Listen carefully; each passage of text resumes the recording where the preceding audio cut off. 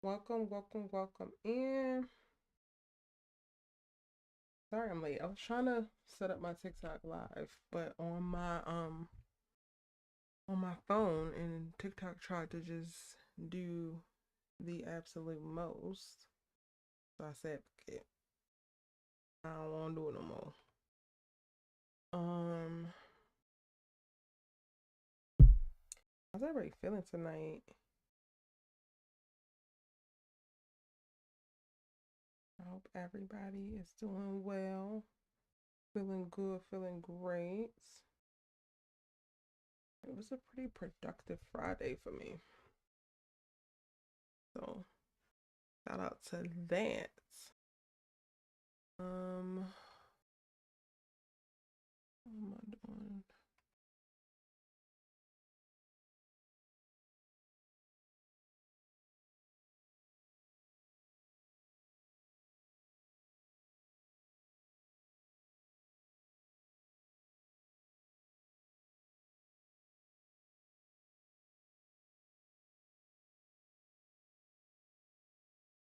All right, let me. Y'all, as y'all come in, drop your ratings on a scale of 1 to 10. Can everybody hear me all right? Hey, Unfairly Overlooked Davis. That's a hell of a name, honey. Hell of a name. Um, hey, Sharia King. Hey, Kofi. Hey, Nikki. Drop y'all's ratings for all 3 episodes, because for whatever reason, Peacock can't stop dropping 3 episodes at a time, and I got beef with them about it. Let's talk about it.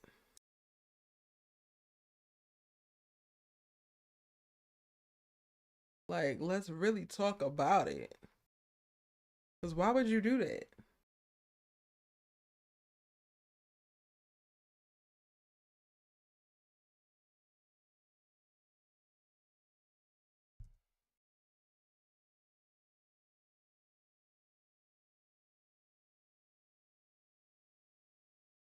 Like, why in the hell would y'all do that? Can everybody hear me all right? Let me check. Let me check. Let me check.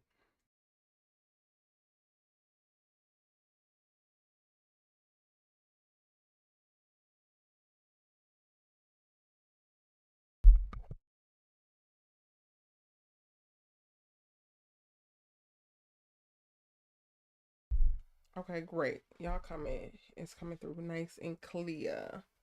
Love this. Ah. Y'all, I got a new monitor, and it's like a portable monitor to be like a second screen, and it's just like so clutch. I'm so grateful. Let me make sure this TikTok is running. Y'all drop y'all ratings. We about to get started. I'm trying to give people a little bit of time to come on up in here.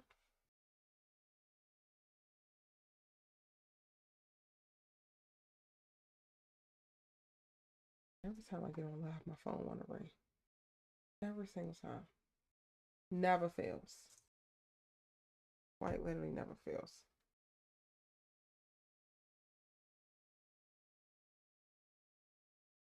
All right, TikTok, not too much now. Relax, honey girl.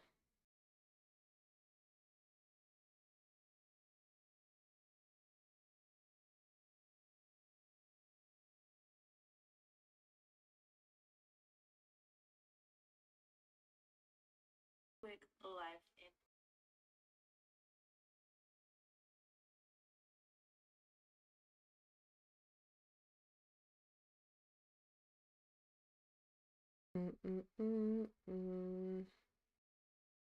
Okay, it's live. Perfect. Oh, I need to open it up so I can see. Hey, Kimberly Felder, welcome in, boo. You comedian, but you listening. I appreciate you. I appreciate you so much. Kofi gave it a 9 for all 3 episodes. Shout out to Joseph Marcel, aka OG Geoffrey. Shout out to him. Unfairly Overlooked Davis gave it a 8 all across the boards, and Nikki Baby gave it 10s. 10s across the board. I love that. These are really good, y'all. And it's honestly like, let me just. I think I'm about to rant for a second, just like a quick second, and it's not gonna be like overly ridiculous, But I really do have big beef with Peacock right now because you're dropping these masterful ass episodes of Bel-Air and you dropping them as if they not fire, they not heat, as if, you know, you drop a whole bunch of them because like maybe nobody gonna notice and maybe you don't believe in them. But dropping this many episodes, I feel like it's rushing the audience's experience with the show. So we're not even having enough time to be able to chew on what you gave us, to unpack what you gave us, to discuss what you gave us, and then give us some more. You literally have given us 6 episodes in the course of 2 weeks, and they're freaking fire. But we have to like kind of like rush to talk about it because next week it's gonna be 2 more new episodes. And at what point do we really want to only have premieres of series to last 4 weeks? Like that makes absolutely no damn sense to me. And it's honestly, it's robbing Morgan Cooper, it's robbing all the creatives behind the scenes and in front of the cameras from reestablishing and strengthening a bond with the audience. We wondering why Hollywood is in trouble is because executives are making goofy ass decisions like this and shooting themselves in the damn foot.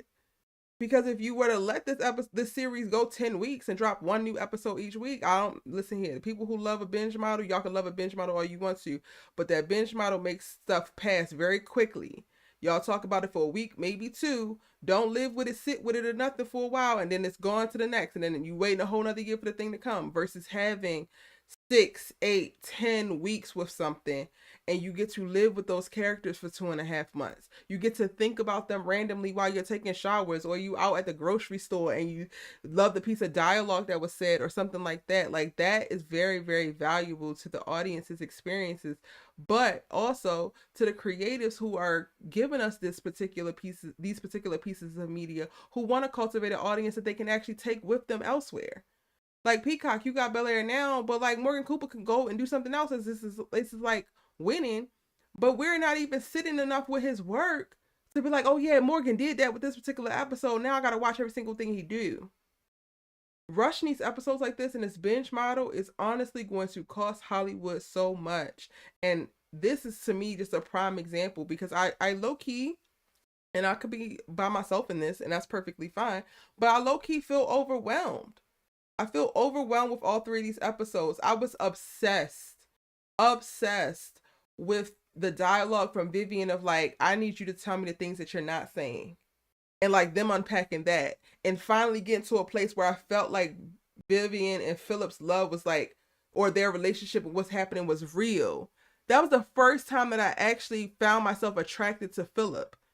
And don't get me wrong, Adrian is a fine man, but within that and like him going to a vulnerable and a very honest place was the first time I looked at him and I'm like, okay, now we working with something. But I don't even get to sit with that and get to like gush about it and text my homegirls about it, because I gotta rush and get to the next episode. Like before this live, I'm like, oh shit, I still haven't watched episode 6. Let me hurry up and watch that because I gotta go live and talk to the people. And if I get on here and I only watch 2 episodes, now I'm shortchanging my audience. But episode 4 was plenty for us to talk for a week. Episode 5 was plenty. Like, even if they would have dropped 2, but the dropping of the 3, because between Phillip and Vivian and their intense conversation that put their relationship back on track, and then Will getting his mama to sit down with Lou and us figuring that out, and then also watching the setup for Carlton with this goddamn Amir girl who's going to run him to the pits of hell, it is all too much. And not in the sense of like too much like storylines with in reference to the characters, but Bel-Air is doing a phenomenal job of not just giving us something to talk about or giving us something to see, but going deeper. They are unearthing so much and they are having conversations that we typically shy away from or we pull up before we actually hit the real nitty gritty. And I feel like we just need more time to sit with that. But again, I could be wrong. And it could just be me. Y'all could love it.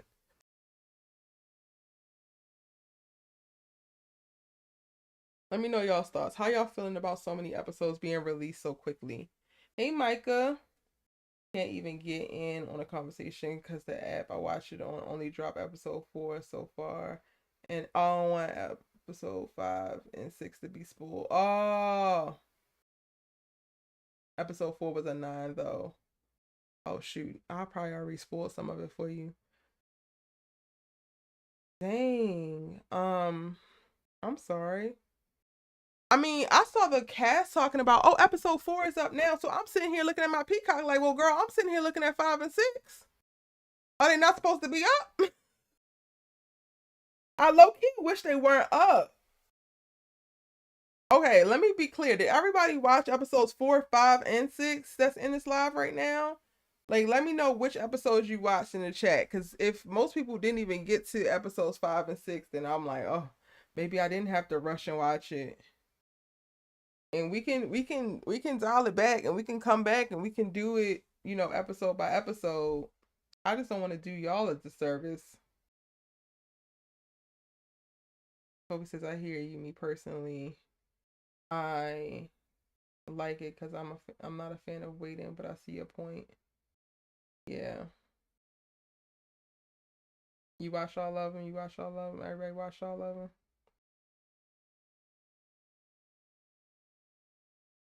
I mean, I get not being a fan of waiting, but now I'm like struggling to remember what happened in episode 4 because episode 5, well, episode 6 was so heavy, and then right behind that, episode 5 is like, bruh.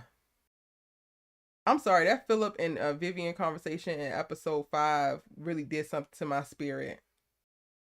And I was like, oh, is this how we're going to get our little wayward ass men in line? Vivian, we're going to tell them to tell me the thing that you're not telling me? I like that. I like that, girl. I like that. You don't like them releasing 3 episodes like this? Me either, the Lawrence Report. You behind? Oh, I watched. Okay, so I actually watched Reasonable Doubt with my homegirl at like 2 o'clock this morning. So shout out to her because I would have been asleep.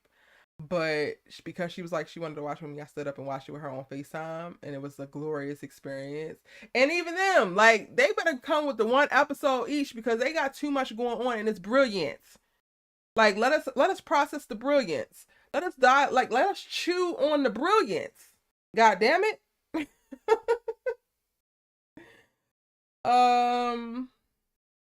All right, so given that we have so much that we can talk about, where do you guys want to start and what we talk about?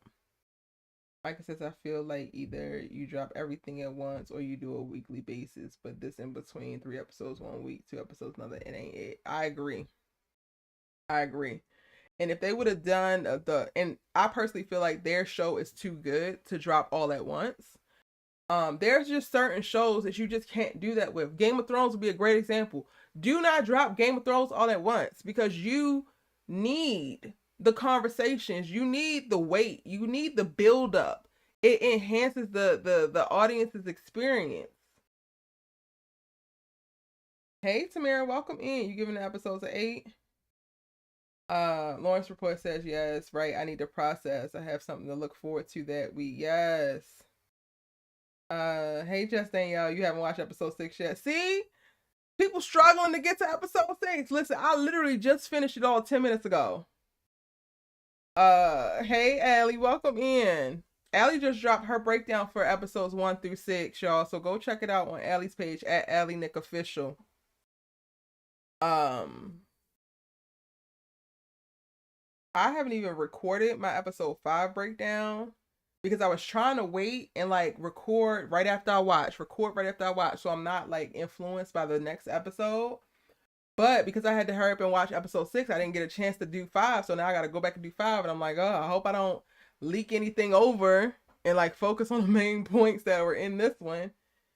You want to start with Vivian and Phillip, Kofi? Where everybody want to start? Drop in the chat where you want to start. What's the most titillating topic or character arc for you right now? Tell me in the chat where y'all want to start. Hey, EdXXD, welcome in, boo. And shout out to TikTok. I am new to streaming on TikTok, but we getting there. We hanging in there. We gonna figure it out. If you want to join like the chat and you're on TikTok, then I am live streaming on YouTube, which is my main platform. And I'm drinking a carrot turmeric lemonade thing, I think, from Trader Joe's, if you're curious. And then of course I have my little cup of water on the side over here. I ain't even gonna hold y'all. Like, I know I typically come with high energy, and I'm just like, rar. Like often. I'm very much so like rar. Like I was listening to some of like while we're editing my videos, I be listening to the audio like Erica, girl. So I can only imagine what y'all be thinking when y'all be listening to me in these videos. But Bel-Air, specifically episodes 5 and 6 for sure. But I would maybe say 4, but again, I'm struggling to remember everything that happened in 4. These episodes really put me in a more calm, reflective mood. Like, honestly, the weight of the conversation and the healing that Will got to experience in episode 6 is like weighing on me. The dinner and conversation with Phillip and Vivian is weighing on me. My worry for Carlton with Amira is wearing on me. So I don't know. I'm gonna give y'all what I got, but if you're like Erica low energy, it's because I'm like, it's my mind. And honestly, like as an overall thing, I'm really excited for however many people can watch it, as many people as possible watching this season, because the amount of healing that is taking place on screen is like really blowing my mind, honestly. I feel like I'm really in awe of Bel-Air right now. Vivian and Phil, Vivian and Phil. Yes. Okay. Well, let's talk about it. Because y'all know I have not been a fan of Phillip Banks from the beginning. I clocked his narcissism from the beginning. I clocked his selfishness from the beginning. I clocked his I'm a well-to-do Negro and I done made some money so my shit don't stink from the beginning. But it was not until episode 5 of season 3 that we actually get to see the man stripped of all of his accoutrements and just honest, raw, and real about his desire to be desired and seen. And I'm like, exactly. That is the root of like so much of this air that you put on. And it's fine. Like nobody is faulting you for it. But I hate the bravado that he moves with, as if this little hurt, wounded young man isn't inside of this fine ass packaging, acting out, causing problems and ruckus, because deep down he really just wants to be desired and seen. Deep down he's insecure about fucking up. Deep down, and that's the only F-bomb I'm gonna drop because I gotta stop. YouTube is gonna cut my ass off, y'all. I gotta stop cussing. Deep down, he is wounded and like chasing this idea of perfection and poise that he may never even attain. I said, yes, that is exactly the Phillip I want to see. And no, I don't got to see him crying and whining and sad all the time, but I need to see the humanity in you. I need to see what is actually making you tick. And Phillip for so long has just put on this air as if nothing is ever wrong. Meanwhile, everything is burning around him and he lighting half of the damn fires. And I was like, okay. In that moment where, she's like radical honesty, tell me the thing that you're not saying, and then she says what she says, and then it spurs him to say what he say. I said, now I understand what she attracted to, because that shit right there, radical honesty, it can be hurtful in a moment, but it's powerful. That shit is sexy. It's sexy as hell. Allie says, I'm literally living out Will's storyline right now. I haven't seen or spoken to my dad in 5 years. Oh, I love that for you. He reached out to you this week or last week. It's not going to be easy, girl, but it looks like it's going to be worth it. And that's what, like, in watching these episodes, I really was just like, yo, the people who are watching this, who like very closely relate to these storylines, I know y'all are like, it might be hard, it might be emotional, but y'all also are eating. They are feeding y'all right now, and I love it. Like, I love it. What are y'all's thoughts on Vivian and Phil? Do y'all think that they're gonna make it? Tell me all of the things.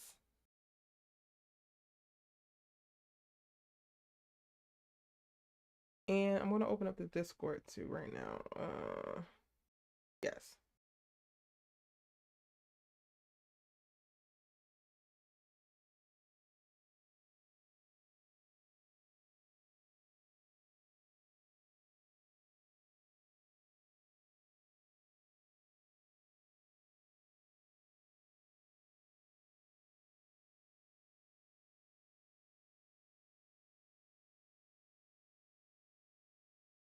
I'm honestly, y'all, as it pertains to Vivian and Phil, I'm fixated on that anniversary dinner, specifically the radical honesty. And I'm very proud of Vivian. Like, I'm proud of her girls' night out, having a great time, like putting herself in a position to act on feelings and her needs and her wants, making Phillip hurt, which also I guess put a little something something in perspective for him. Um, for them to arrive at this place, them having a conversation about how stuck and stagnant their relationship had become, how their relationship is automatically deprioritized in their lives, and it's the worst thing that's happening for them. I thought all of that was just so brilliant.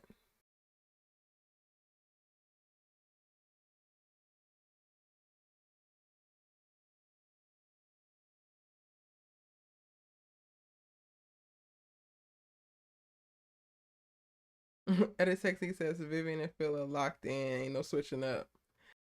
Child, nah, ain't no switching up. Hey, Kofi.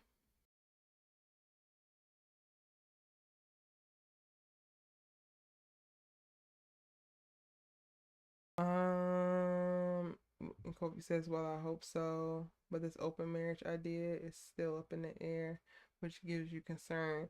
I mean, I'm not even watching any more of the trailers, so until they mention it, I'm not worrying about it. Quite literally. Allie Nick says, "I believe Phil and Vivian gonna make it. Vivian needs to keep Chef Bay at arm's length, though. Vivian's honesty was refreshing and beautiful to watch. She was vulnerable without being nasty. Yes, it was just so incredible to see. Hopefully, I had let you in, but now you're gone. I don't know what happened.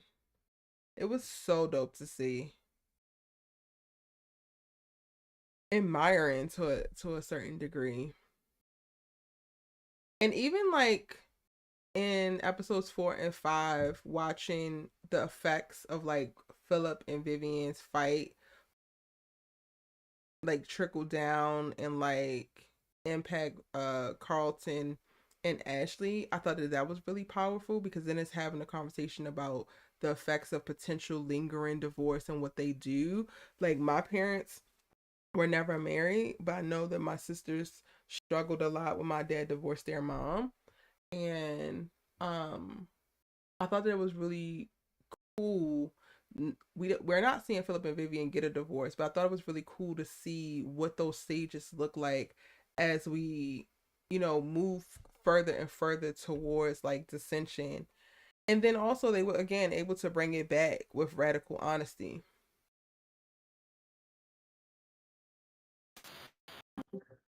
Hey Kofi, So how are you? I'm good. I am good. I'm just enjoying my Friday. You were worried about this open relationship, and I'm like, that feels like at this point it's gonna wind up being a cliffhanger thing. So I'm not really too concerned. I'm Yeah, more I so know. focused on where we're at with them and what we have seen in reference to conversations, in reference to decisions that are being made outside of, you know, the reconciliation that they just experienced. Yeah, I hear you. It's just something that's still in the air that like it seems fine right now. Like they're working towards getting to a better place, but I don't know. It just feels like something that, you know, that's an option that's still on the table. So I'm kind of Well, low key concerned. Oh, what I'm that's saying all. is they haven't shown it in the show, so it's technically not on the table yet. Yeah, that's true. Maybe I'm jumping the gun a little bit. So A that hundred was more of a percent. caveat. Yeah, that was more of a caveat that I but yeah, man, Philip was the first time in a long time that I've seen him, he was open, vulnerable, and honest. And I think that I'm not saying there's a shift, but he's moving a lot differently than he has in previous seasons. Like, because even I mentioned this in your breakdown video for I think it was episode 4 or episode 4. Like he was very like calm in the sense like he wasn't even pressing when I saw that Vivian didn't comment you want to put. talk. Yeah. Yeah, he wasn't pressing when But he was also, like, he didn't do that for the right reasons, though. oh, oh, damn. I And I was love trying to that give him some. Vivian clocked it. Like, I love that she went to dinner with him and she like, so like, let's talk about you talking about you didn't over dramatize this particular thing. And you're trying to play it off as if, oh, it's because you trust me. But no, it's because you want me to move past the thing that's bothering me that you did in your office with old girl. And that is the stuff that I don't like with Phillip, because like she said, he does all the right things and he buys the flowers and he rents out the damn restaurant, but it feels fake because it's so strategic and it's not organic, and it's honestly things that he feels like he's supposed to do, so it becomes manipulation versus actual romance and you being present in this relationship. He did not get offended because Sharif was there because he trusted Vivian, even though that's what he said. He didn't get offended because he was already in the doghouse and he felt like, okay, now we're even. And let me show her what I want her to do for me.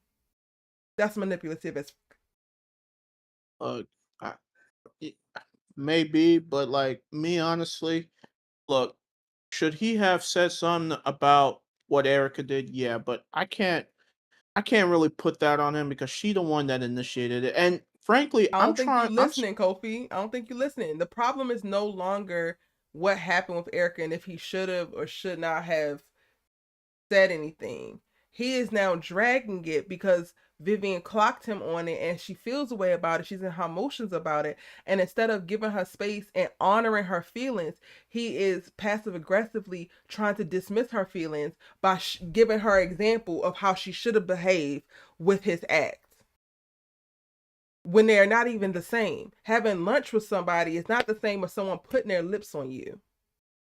Yeah, that's a fair point. But regardless, I think honestly he was, open, and I didn't think he was going to be this frank about it. The fact that he said I liked Erica's attention was telling, and I was like, so do you think Vivian doesn't see you? Is that what you were saying? Like that was kind of a shock to me, honestly, because I feel like she's always seen you. Like she's always rode 10 toes down for you. Like she put aside her, own dreams to help support yours. So when he said that, I'm not gonna lie, I was shocked. I Yeah. didn't think that, yeah, it was. I mean, she was honest like that. She thought she was I mean, did it hurt him when she said that she thought the Sharif was sexy and that she liked him being seen? Yeah.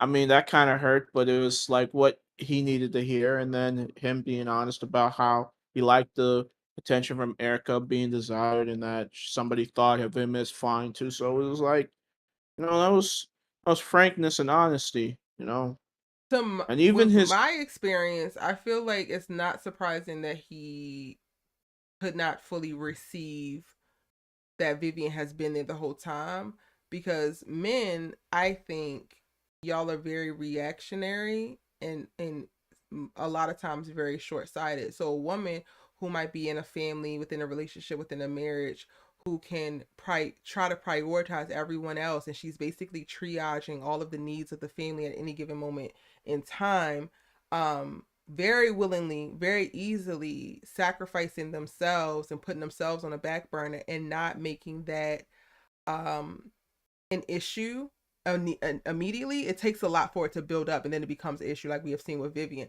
but not making that an issue immediately for the family, because she's now prioritized the happiness, the health, the progress, the stability of the family over her own. Versus men, when you start to feel that need or that lack, I have witnessed that it's more of like, you can only sit with that feeling for so long, but women can sit with it for longer. So I think that, yeah, she has been there all along, but there are times where she might have had to deprioritize him to be able to show up for his kids in a way that he doesn't need to, or doesn't feel the need to, or doesn't even see that he needs to show up for his kids. And in those moments, he feels like, well, she does not desire me or she's not paying attention. But it's like, because she's paying attention to your goddamn family. And that's the part, like, those are the things that for the last 2 seasons I have been speaking on as it pertains to Phillip. And so many of the men in the audience have been coming for me of like, oh, Erica, you just dislike it. I'm like, no, y'all have blind spots and they're glaring And this is the result of that. Like Phillip wanting the attention of Erica, not necessarily wanting to cheat, but like welcoming the attention of her is a consequence to him not fully seeing his wife and all that she does for him and his life and his family.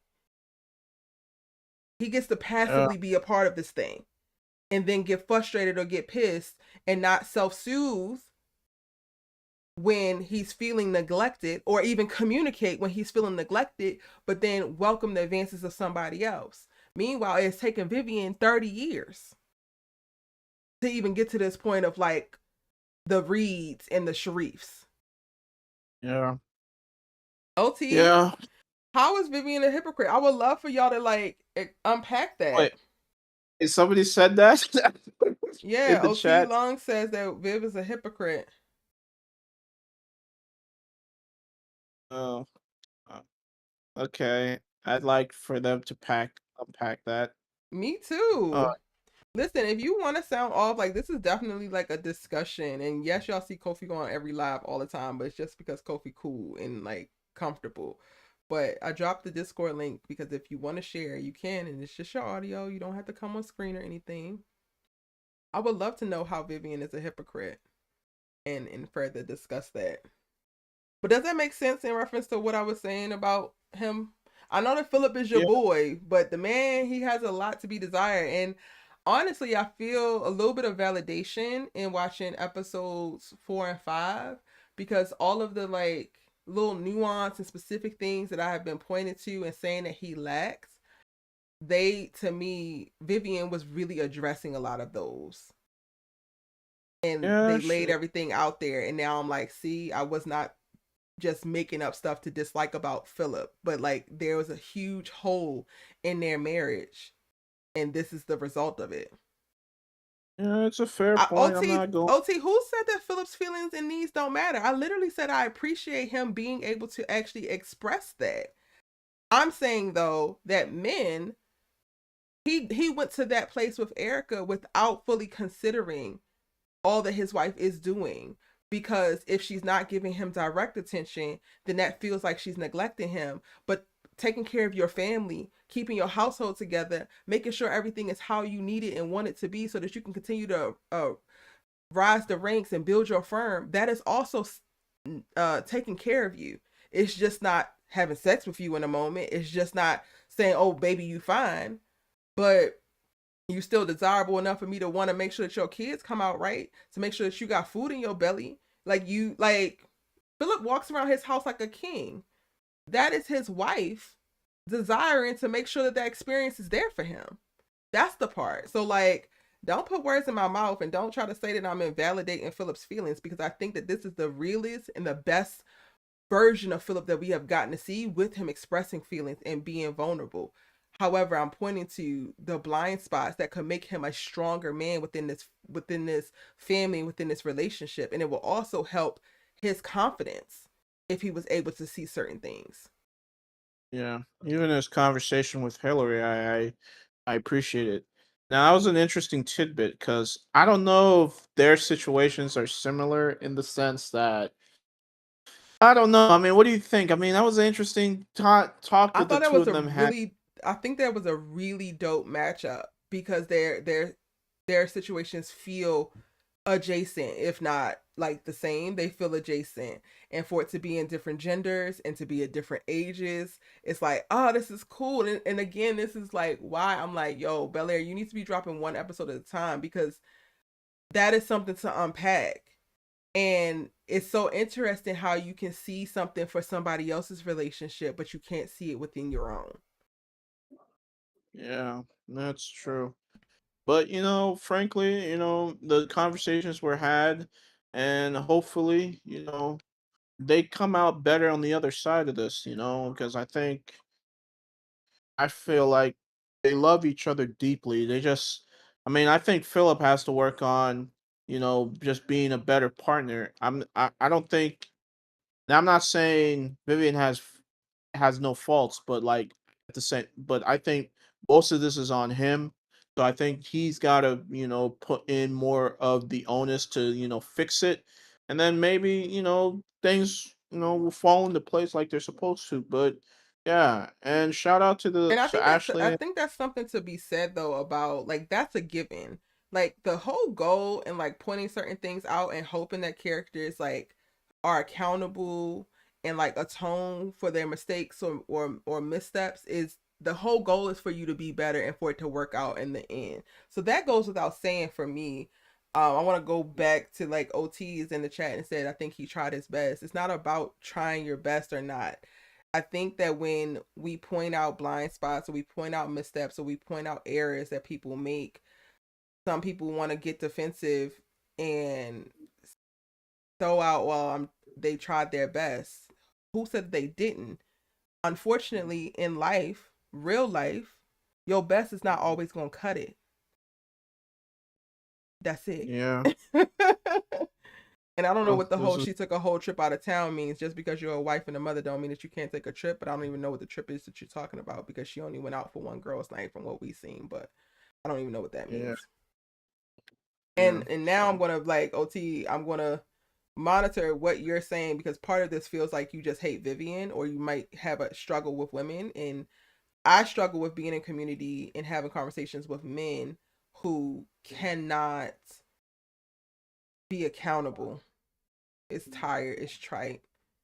And if you're still blaming women for every single thing, there's nothing for us to discuss. Yeah. But we'll see how this goes. I mean, that's not the only storyline that I was clocking, but that one stood out for me a little bit. Just as a fan of Phil's character, I wanted to see how he was going to attack it, and he gets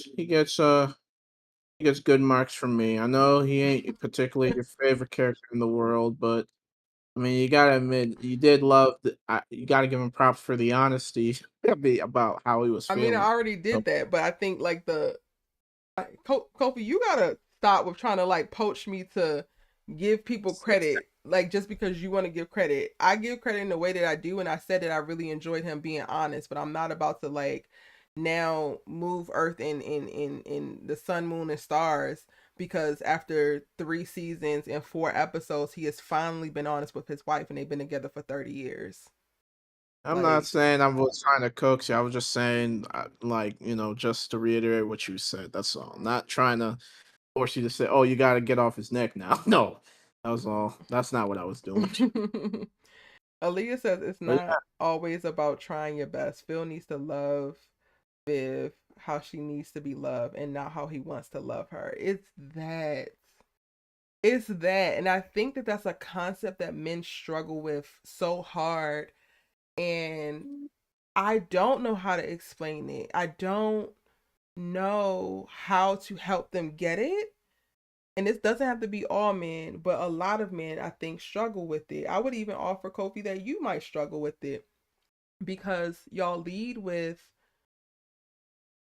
what you think you're supposed to do, but like not everything is prescriptive, right? And like you have to love the person that you're with. So while in general like girls like flowers, but if the girl that you actually get with actually likes rocks, then your ass need to be taking trips out to the park and the lake and picking up interest in rocks. You know what I'm saying? Like that's the yeah, stuff that people be missing out on. You can love somebody the best way that you know how, but if it's not a way that they actually receive love, then babes, you try, but it's still not working.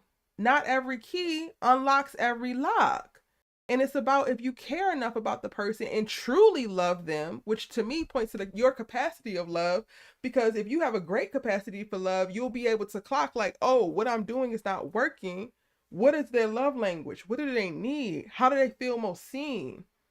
And that goes back to my beef with Phillip from the very beginning because he wasn't that. He was very much so, and I would argue still now because this is going to be a process for him now that he has done this radical honesty moment with Vivian.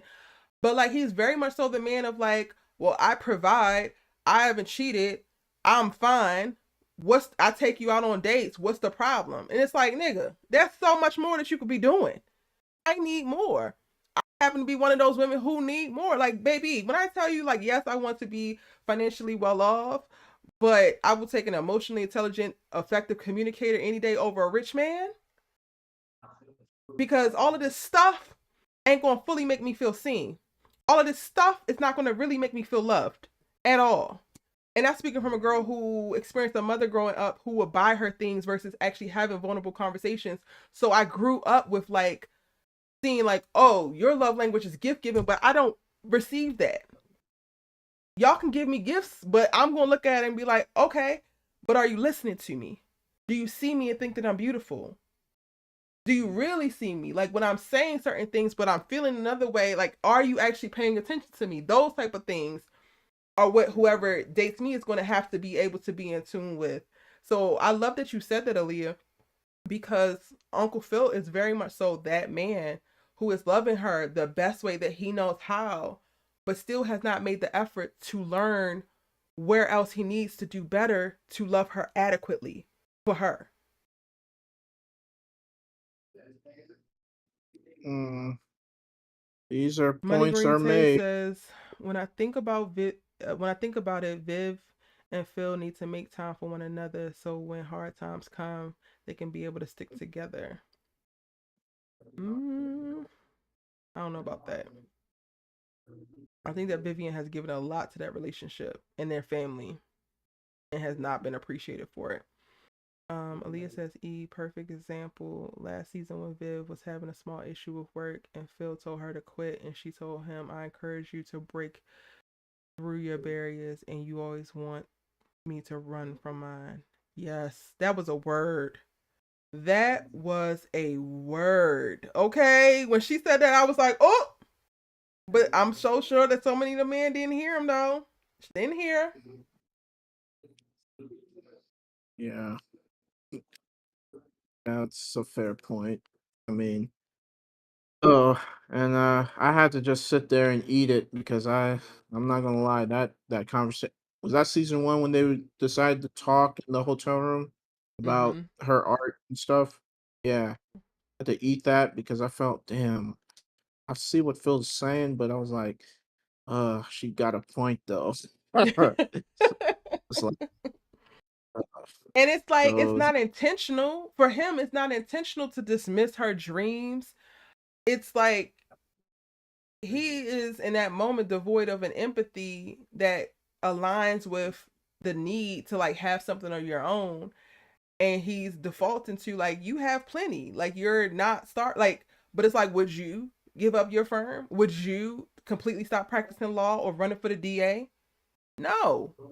You tried to do that, and then look at your ass. After the DA race that you bowed out of, it took you 2.5 seconds to get your ass up off the sofa and go back to your damn firm because you was getting stir crazy. But you want her to just walk away? Yeah, no. yeah, Allie Nick says yeah. that was a word. Vivian definitely has been dropping jewels. Allie, if you want to come on and like share some thoughts, let me know, boo. Or come into the Discord because I would love to continue to unpack this. Yeah.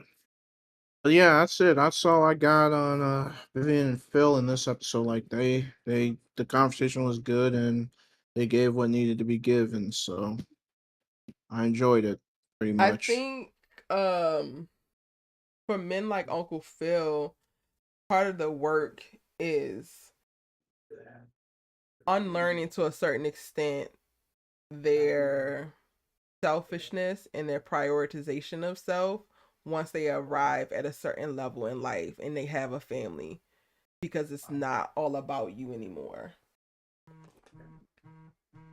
Yeah, that's a spot we have. Just wanna we're too caught up in trying to make sure our women are good that we don't listen to them when they say, I didn't need you for that. I need you for this, you know? And and I think that's something that we as men struggle with that we got to get better at. Honestly, I mean, I would don't argue take. that you're not really, you say that you're focused on your women being good, but you're trying to make sure she's good based off of a checklist that you came up with versus what she would actually feel grounded, safe, and stable in being good. And you're not making the effort to actually find that out. Yeah, that's fair. It's fair. I can't argue with that. So points were made. And that Um, part is like what comes natural to a lot of women, not all women, but what comes natural to all to a lot of women is that nurturing piece. And like I think men need to lean more into learning um the skill of nurturing.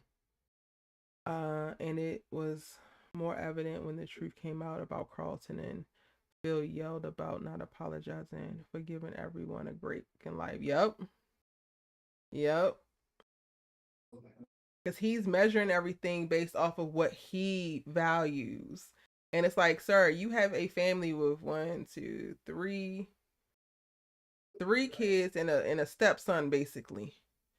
Every last person and a wife. Every last person has different desires. Every last person has different value system. Every last person um looks to various things in life and finds stability in it, finds value in it, finds pride in this or shame in that. And for you, whether you're the leader of the family or not, to just take your one idea, thought about how life should be, what success looks like, and try to apply it to everybody, you're going to lose every single time. And whether you believe it or not, you are not actually loving any of those people that fall under this umbrella that you're trying to project your ideas of success and wealth and stability and health onto, because you're literally not taking into consideration the people. Edit Sexy says, I yep. don't think Phil ever put Vivian's feelings first without outside factors influencing him. Season 1, he was dealing with Fred, knowing he broke the law, so he had to step down. Now season 3 with Erica. Yeah, and I would like honestly argue that I think that he's being rash with cutting ties with Erica's firm. And it feels a little performative. And it feels still motivated by the things that are Phil's fatal flaw. Mm. I didn't see it as performative. I just see it as him just standing on business saying, "Look, I got this thing with her is the reason why there's this bump in my marriage. Let me fix it. Let me make an adjustment." She was already, hesitant for me to be going into business with her in the first place, given the But she collective got on history. board because you sold her on what that would mean for your firm. And then in addition, you didn't even go to work for the firm like they was offering. You were able to broker a deal to keep your firm. So you did all of this, created all this hoopla to be able to maintain this thing, only to cross boundaries within it. The partnership itself is not a boundary breaker. Vivian actually co-signed on that. You don't actually have to be the one to meet with Erica, but you are. There's so many other people. Like, to me, I think it's a rash decision for him to now stake his whole entire firm's profitability and future on this developer dude for this one client and cut ties specifically because Erica is one lawyer in this larger firm and it's not even her firm. She don't got her Yeah. damn name on the damn bill. This thing has like anywhere from 50 to 100 offices around the globe. When they brought Phil in and made that offer to him, they had people in there from on Zoom from like Singapore and Dubai and all of these places. So you mean to tell me your little mom and pop shop, and I say that to be trite a little bit, your little mom and pop shop firm is now aligned with this big, probably publicly traded firm and allowed to take on a specific niche group of clientele that's going to keep y'all paid, but also have you feeling like you're doing meaningful work or knowing that you're doing meaningful work, and you're going to walk away from it because of Erica? No, you're walking away from it because you're trying to punish Erica, which is stupid. He's only walking away from it because Erica told and he told her not to tell. Stupid. Okay. See, I can't. I mean, I hear what you're saying, but I don't know. Like, I just don't see what the point is of staying in it if like you just don't want that, uneasy, awkwardness between the two of you. Like, I just feel like he's But he doing the doesn't right have thing. to engage with Besides the her. That's what I'm saying. It's not, it would be a different story if it was Erica's boutique law firm and his boutique law firm. This is not that. Erica is one person of however many people. And they have HR for a reason. If he wanted to be in business with them and not actually work alongside Erica, he could. But he's not making that decision because part of it is I told your ass not to tell and you told. Which to me, that part is the performative part. So you're going to tank your agency. I mean, you're going to take your firm, pull out of this incredible monumental deal that most people don't actually get to experience. For what? You're going to say it's for your marriage. But the problem with your marriage was never you actually going into business with the place that Erica works with. It was you crossing boundaries or not actually establishing boundaries and being in circumstances that led to her putting her damn lips on you. And that's the part why I'm feeling like it's performative, because there's so many other things that could be done in between before you hit this nuclear bomb that could potentially cost your family their livelihood or the way they're living. All right. I don't know. Well, he's already written his letter, so it's not like he's gonna go back on it now. So he's gonna go He through with could. it. That's why Erica showed up in episode 6. She popped up. He could go back on it. He could, and he's still standing on business because he wants her to feel it, and it's quite sad because it's like, Phillip, you might have made certain adjustments and you were able to, in the moment that Vivian pressed you, be vulnerable and honest. But when you left to your own devices, look at what you didn't even like process this specifically with Vivian. Because I promise you, Vivian would have explored with him, what does it look like for you to no longer work with Erica but still reap the benefits of working with this huge ass firm. He ain't do that. Hey, Allie. Hey, love, how are you? I'm good. How you feeling? I'm good. I'm good. How you feeling about this Vivian and Phillip thing? It's specifically Um, what I'm talking about in reference to. I feel like Phillip is being very performative with this whole "I quit." when I say I agree with you, because to me it was a lot to unpack, but I do agree with the fact that it was performative. And for me, not only was it performative, but it also made me feel like he was doing this with a hint to try to punish Erica for revealing what he asked her not to reveal. Mm-hmm. Because when you think about just as you just stated, everything that he did for this partnership to come to fruition, the fact that he is making such a huge decision to depart from this, I was really thinking like, I didn't find it chivalrous. I didn't find it to be like, oh yeah, he's putting his wife feelings first. Because when you think about it, as you stated, she signed off on it and she's operating with a sense of trust because Erica is someone who Phillip has a past with. So none of that played a role in her, not wanting him to move forward with this. And then for him to just pull out, it did make me look at him sideways. And it's like you went into this thing reassuring me that you would be perfectly fine, only to, I guess, not be perfectly fine. So also, in addition to like, is this performative? Do you feel like you can't control yourself? Like, what is it? Because the damn sure don't have nothing to do with the business, which is what it was supposed to be about to begin with. Maybe it's that. Maybe he just don't want the uh, thought of impropriety or temptation. I don't know, because it doesn't make sense from a business standpoint. They've been doing a lot for your firm, so it's like this is just business. It shouldn't be personal. So it's like I don't know, man. It doesn't make I mean, if sense. he's I running mean, from the thought of impropriety, then I struggle with that because, like, you made certain decisions, so now you need to live with them and it will blow over in time. But if you're running from temptation, then they have a bigger issue. yeah, well, And I know that you're not going to agree, Kofi, but I personally think that um temptation, when laid at both Vivian and Phil's door, Vivian is better equipped to handle it and Phil is not, which is a problem for their relationship. okay. I mean, I have no rebuttal for that, so it's like I just don't know, man.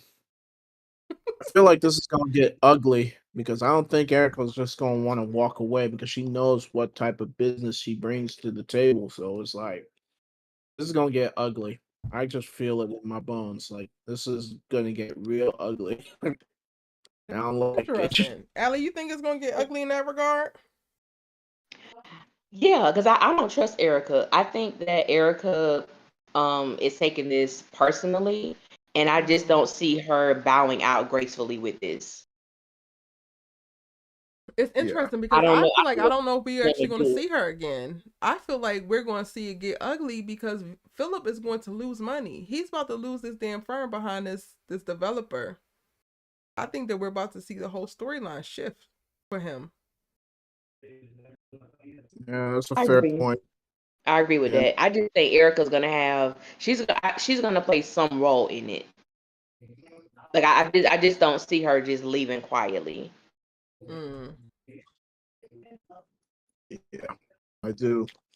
I believe so too. It's like she didn't want to make it personal, but she's gonna make it real personal. So it's like, you know what it is. Well, I know what time it is. It's like I know, and yeah, that's what I anticipate is going to happen, and I hate it. I hate it so much. This is could have been avoided. I mean, you could still do your business, just keep it professional. You know what I mean? But now you overcorrecting, and now you're just gonna bring more issues to the forefront. That's how I look at it. I don't even Right. think of it as like trying to figure. I think it's like him just trying to protect himself. Honestly, Mm. so, I think that you hit the Has nail me on the head. thinking He like are overcorrected. there more hidden bones that may exist between Phillip and Erica? Mm. oh man, I would hate that. Because she Hold just on, makes me you think guys she's keep the type talking. of Just give me woman 1 that would second. bring up something that maybe no one knows. Like I just see her being like devious in that way. So it's really making me think, do we know or does Viv know everything that transpired between those two?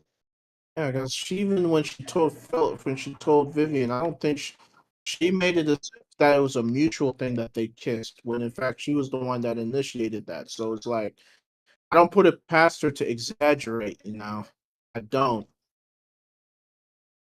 Women can be vindictive, so it's like, uh, it, I'm just saying it could get ugly.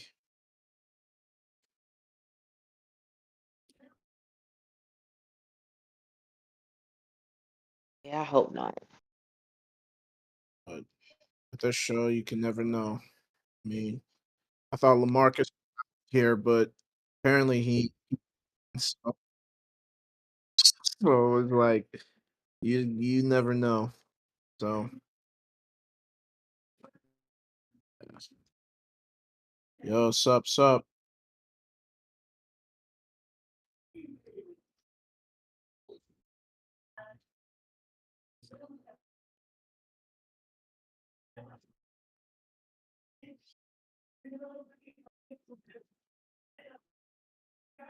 What was the comment you made about Lamarcus, Kofi?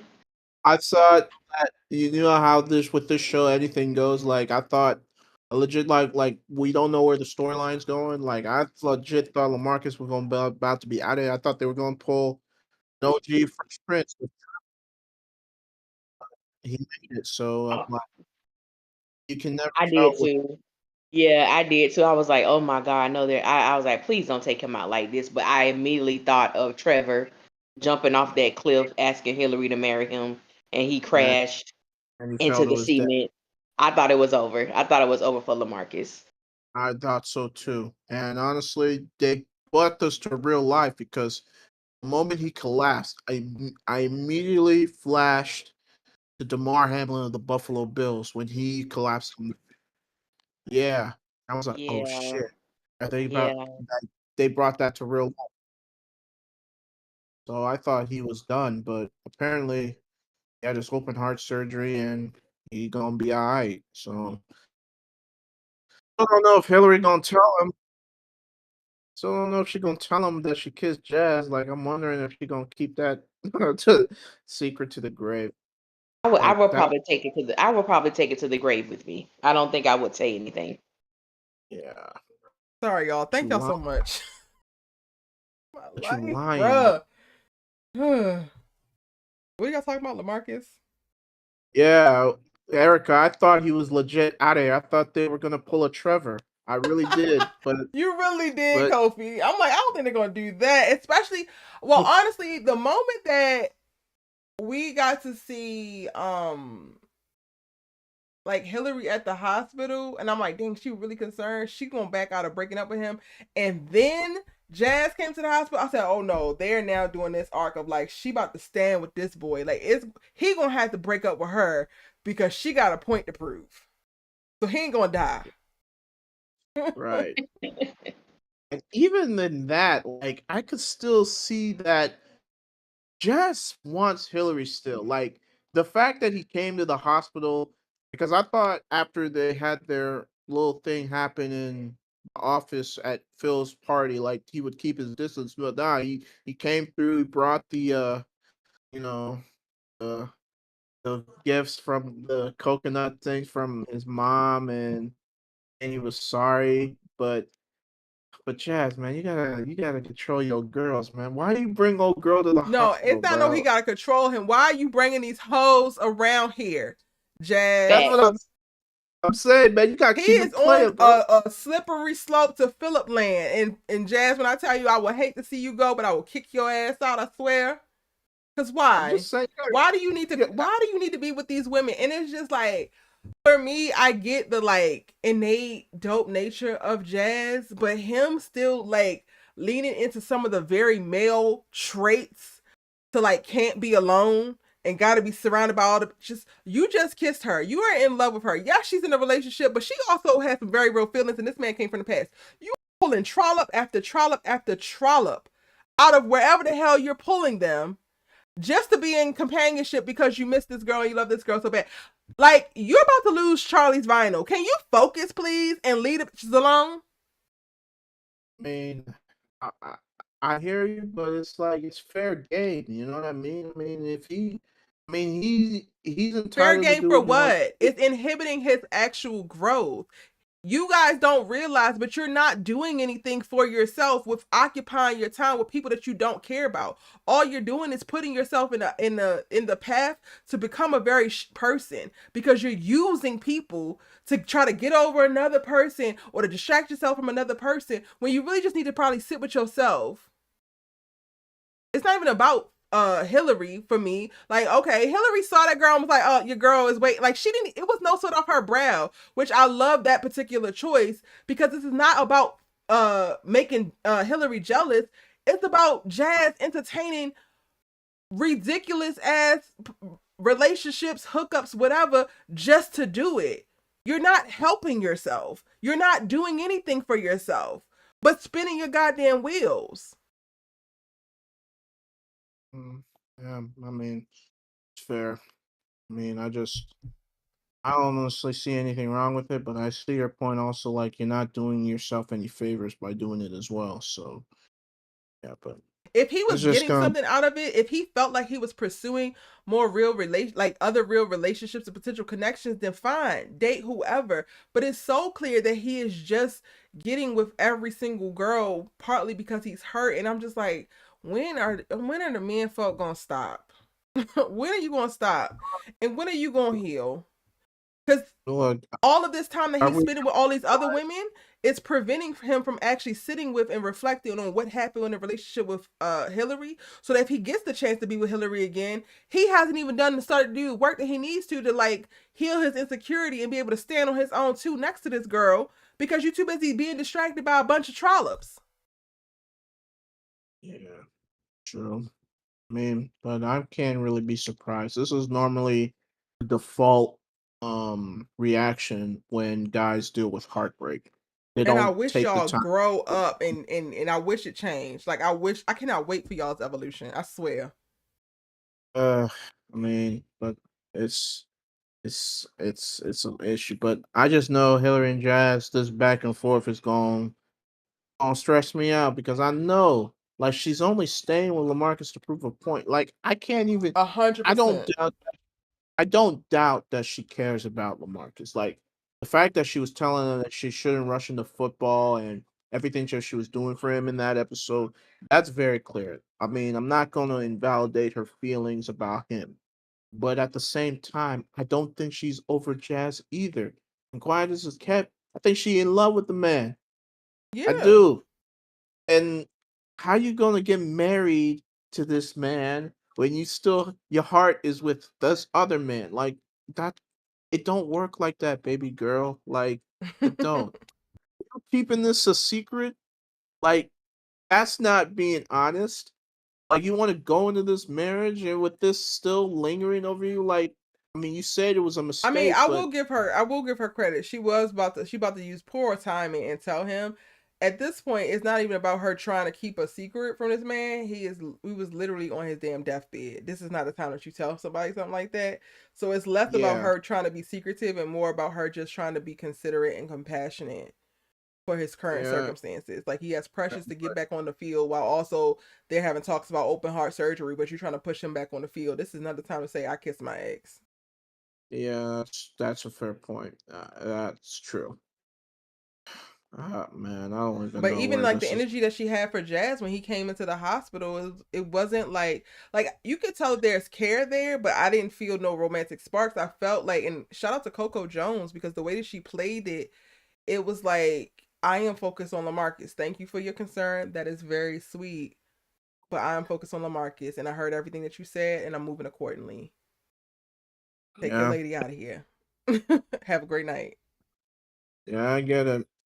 But this thing of dreads ain't gonna go away. I'm gonna tell you that right now. Like it's like I you don't better know. you better know with this feelings. Like them feelings just ain't gonna disappear like a thief in the night or a birdie that you can just sight out of your memory. Like That's it's there's true. The feelings don't just yeah. disappear, but like I say when people say like on TikTok, people say all the time, "Oh, so and so can never make me hate you." No, other people can't make you hate your fave, but your fave can make you hate your fave. So like Jazz has the power to make Hilary fall out of love with him. And it's doubling down in his insecurity and his immaturity and his ego and not being the evolved person that she thought he was and not being the leader that could push her to like more open thinking and all of that she was initially presented with. That all of that, like her getting to the place of believing that she's not getting what she thought she was going to get from the beginning would 100% make this all go away. It won't necessarily be overnight, but it could go, her feelings could go away. Yeah. Hmm. But you know, we shall see the rest of So the while we storyline. advocating for him to run around with every single trollop, like whether we want to be considerate of Hilary's feelings or not, that's is also shaping people's perspective and perception of you. Yeah. Jazz is looking But like a whole new character to me these days than what we got in season 1, and I hate that for him. look, I mean, look, I just think I don't look at him any different. Yeah, is he, doing a Yes, little bit because too you're a much? boy. Well, yeah, well, because I mean, I'm not gonna say, man, you need to chill when it comes to hookups and stuff. No, I'm not gonna do that. But at the same time, I You're do not going to appreciate do it him. regardless of the fact that the character needs to do it because that's a man thing to do. Right. Okay. Well, the main point I'm gonna trying to make is that I do appreciate him trying to save his business though, like standing on business, saying I'm not finna sell my uncle's shop. I'm a keep doing what I have to do. I'm a hustle to keep this thing alive. So that and I know that's going to be a point of contention because I feel like that's going to be you know uh a issue moving forward because this Omar guy is trying to, do what he wants to do. And Charlie's Vinyls is something that's been a staple in the black community in LA for a minute, and him not wanting to give it up so quickly. I just feel like that's going to be it's gonna be an interesting vibe to see how he responds when the offer is presented to him to sell, but he don't want to sell. So yeah. Go, you about to be sick of me. Wait, what now? You about to be sick of me because Why? Oh my gosh, what? Because you admire the fact that he's trying to hold on to his uncle's business, and Charlie's Vinyl is such a pivotal thing for the community.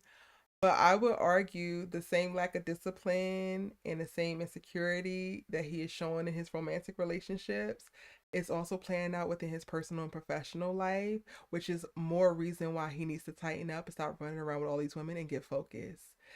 You start to create great habits in one part of your life, they tend to bleed over into the others. The same way that habits that happen.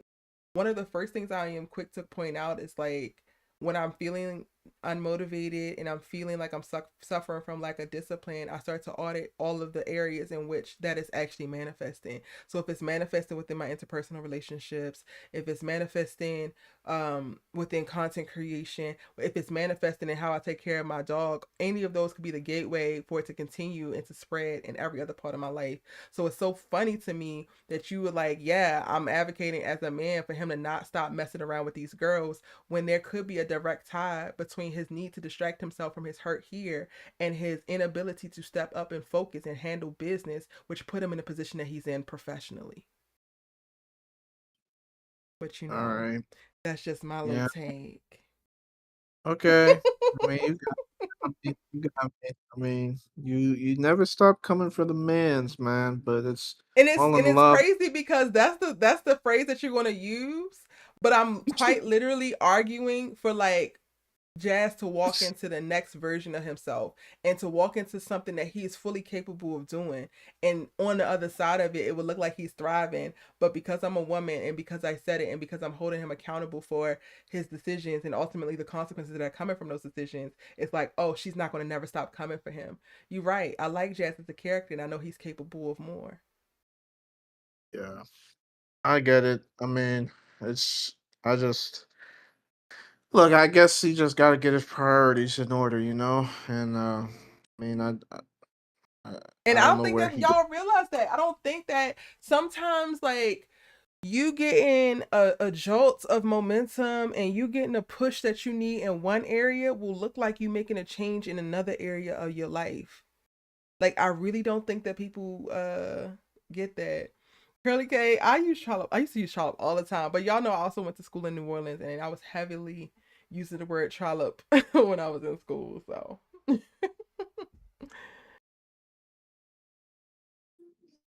Mm, But thank you, yeah, blessings, well, Naomi.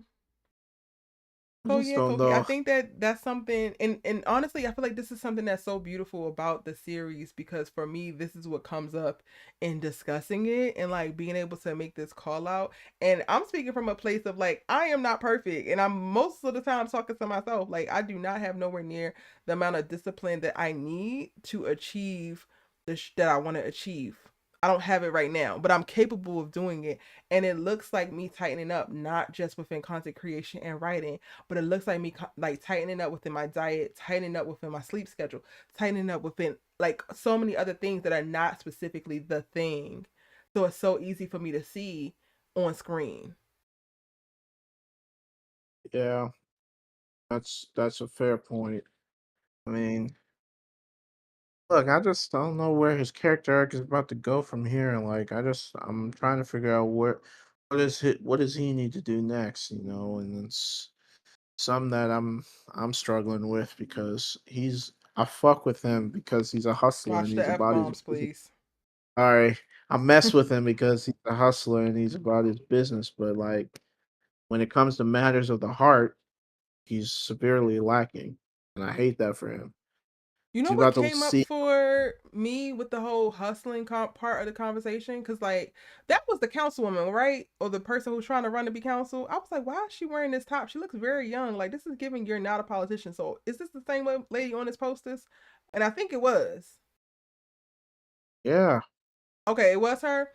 Um, the thing that comes up for me about the whole hustling thing, because I have like lived in that era and like that mindset for quite a while, especially while I was like transitioning out of medicine and like jumping into media and journalism and like getting my feet um firmly planted like in the media space where you see me now. I was Mm-hmm. hustling like crazy, and I think there's times and seasons for hustling, but I think that Black people specifically convince ourselves that we always have to hustle, and then we rob ourselves of building processes and routines that actually look like you sustaining an actual business. Like, you should not be hustling constantly. Hustling should be little sprints for various like things to get done or to meet a quick little deadline here or there. But if your entire being, your entire life, your entire year is just hustling, then you're not doing something right. Mm. And I would I ain't argue that that's manifesting with this whole um Charlie's Vinyl thing, because yeah, you're not done hustling, but what are the things that you missed or that you dropped the ball on? Because clearly you weren't hustling this whole time, and like, Jazz, you need to figure out how to actually maintain this business, not just hustle to save it every 3 to 6 years. Yeah, it's fair. But I think I You low commend key him for see trying. Jazz getting with her. I wasn't sure. We didn't spend enough time with them for me to be able to pick up on if she was feeling him like that. But I was like, dang, she got a little backstory. They went to high school together. Oh Mm. yeah, old girl, councilwoman, right? Mm-hmm. Yeah, I thought I was picking up on some vibes between the two of them. Not necessarily romantic, but it seemed like they knew each other. You know what I Yeah, mean? from high Like, school. right. So it was like there was some energies that were it was kicking each other some energies. So it was like, I don't know. I mean, it it felt like there could be something there, but maybe she just being there just to help him because she knows how much this thing means to him too. So it's like, you know, I mean, I agree yeah, with everything that she said about if he gives up, then they'll lose hope. I just want Jazz to like shift into a mindset that will make this actually sustainable. Because you're going to hustle to get the money to keep the business down, but taxes come every single year. What is the marketing plan that you have to bring in more foot traffic or revenue, period? Like, let's also address how you got there. And I think again, this is something that mirrors in various parts of his life. Like when it came down to Hilary, he wanted to make this grand gesture and this big ass speech of like, oh, I can't lose you, blah blah blah blah blah. But you never really address all of the things that led y'all to the place that you were at. And that's what his next steps are. That's where his character needs to go. He needs to stop avoiding the actual work of getting and maintaining the things that he quote unquote says that he wants. yeah, that was a fair point. So we'll see if he can save his business and if he tightens up, maybe he can get his girl back. Who knows? So, yeah. All right, All right. moving on. I want to talk about Phil. Not Phil. Will, Lou, and Vi next, Oh, because my oh, good. God. Good Lord. First of all, can I give my flowers to Marlon Wayans? Like, he's killing it, bro. Like, I wish he would do more serious roles. Like, I'm not taking away from his comedy. Like, he's probably one of the funniest dudes ever. But like, his way he plays a serious role, like he could literally win an Oscar if he did more roles like this. No cap. Like, Yeah. I love of Lou, man. I just had to say that. Yeah. So, I see, man, agree 100%. I agree. It's not overdone. It's not underdone. He just be right on the money. Marlon Wayans is right on the money with every beat for Lou, and it's yeah, masterful to watch. Honestly. yeah, and I'm glad they deviated from the original, like where.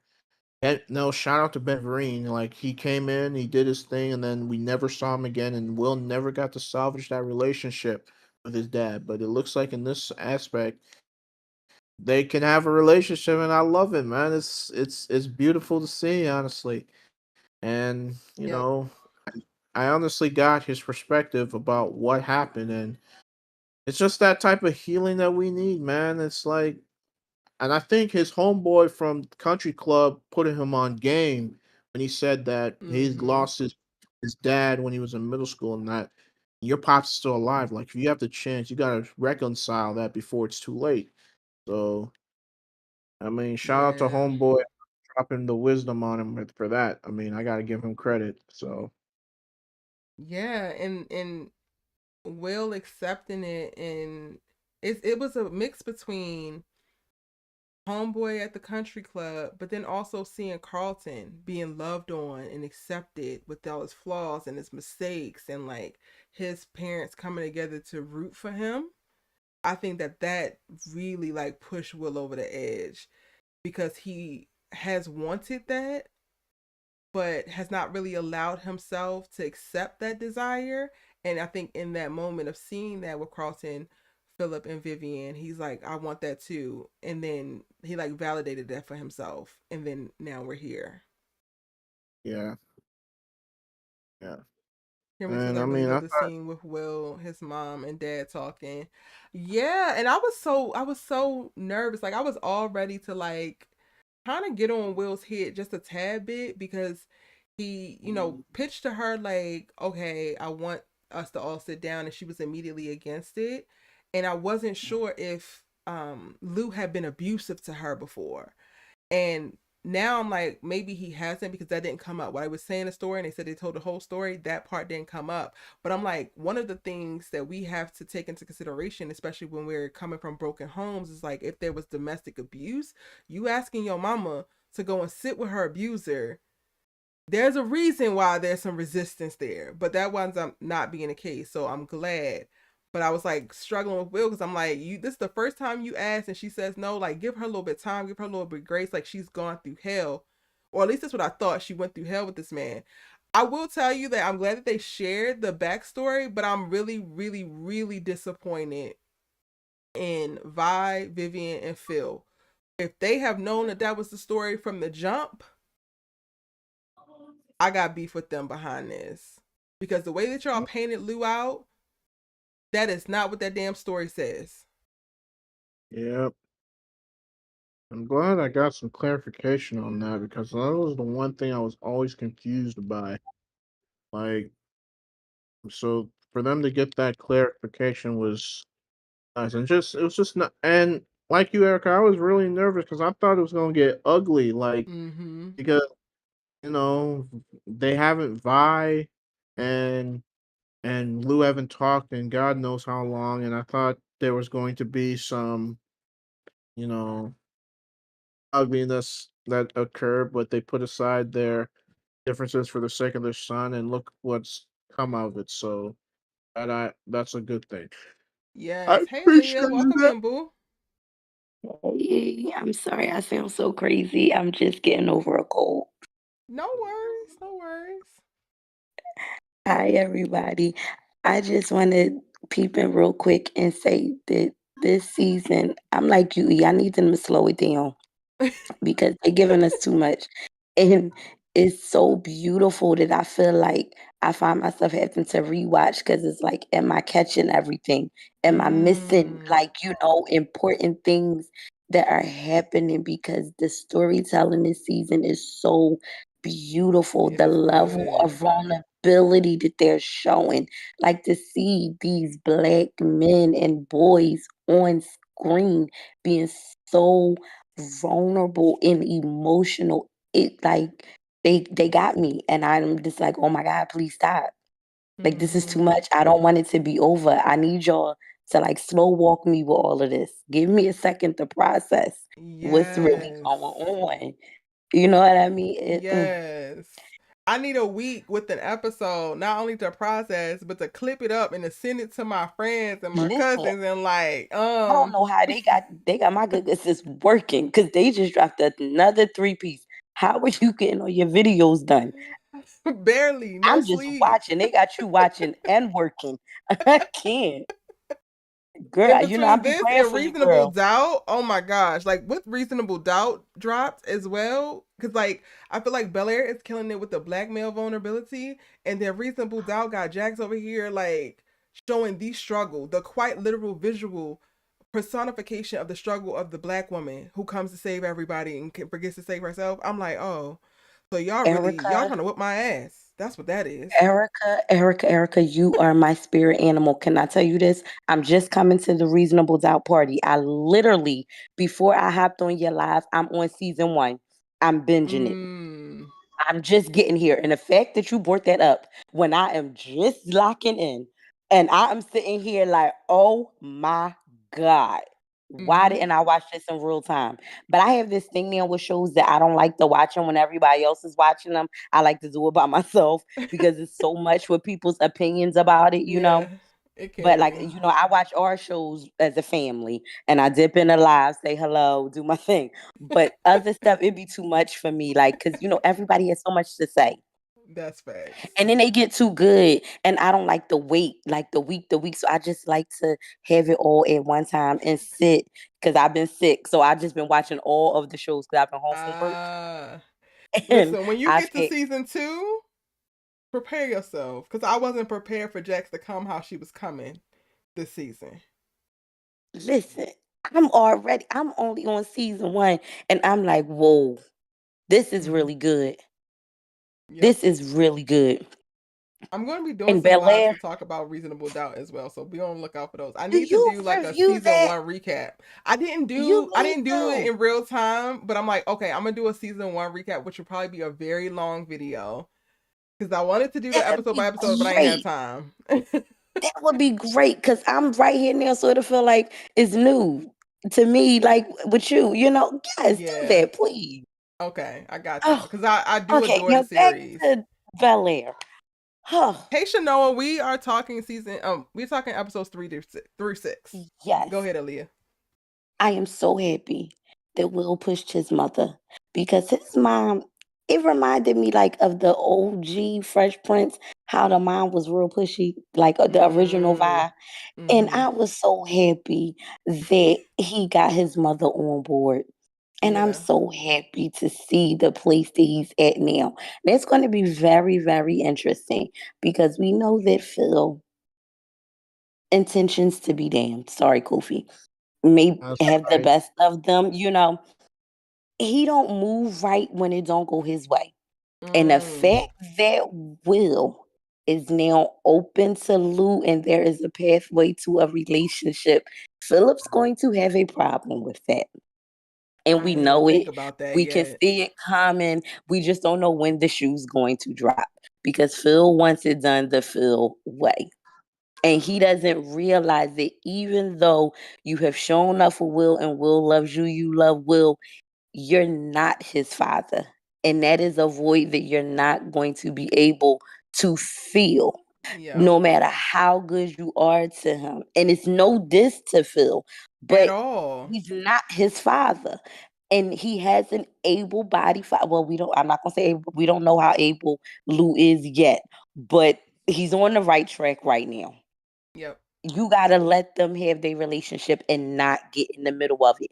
If you love Will, support Will. If it go bad, you comfort him, you hold him up, and that's it. Do not step in the middle of this, Phillip. Exactly. Do He not allow got your his own. ego to run rampant. Do not get jealous. Yes. Or Like, if you you do got get a jealous, lot. process that within yourself. Do not project your jealousy. Yeah.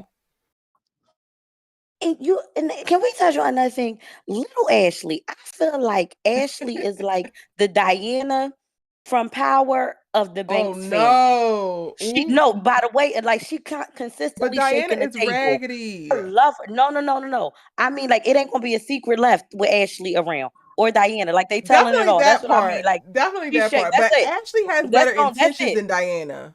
Yes, Ashley that's the actually only wants the reason. best for everybody. Yeah, that's the only reason why I mean it. Like, it ain't gonna be a dinner table that ain't gonna be shook when she sit down. That's the only thing I mean. Because I can't stand Diana raggedy self, and I hope Tariq put a bullet in her head. But that's another story for another day. But why are they ignoring this little girl? Like, and it's really You know pissing me why they off. ignoring that little girl? The same reason why the black community has been struggling with so much generational trauma for years and years and years. We love to avoid the truth. And Ashley is quite literally the personification of the truth. Like, she's the truth walking. Can we talk about this? She The is first that child episode? that hasn't lost their essence yet. So At they all. still tell you honestly what they think. That's why When they they ignore sat her. down That's at why that they avoid dinner, her. and they was talking about, yeah, so it's sunny outside and the sky is blue. And she said, what you learn to read?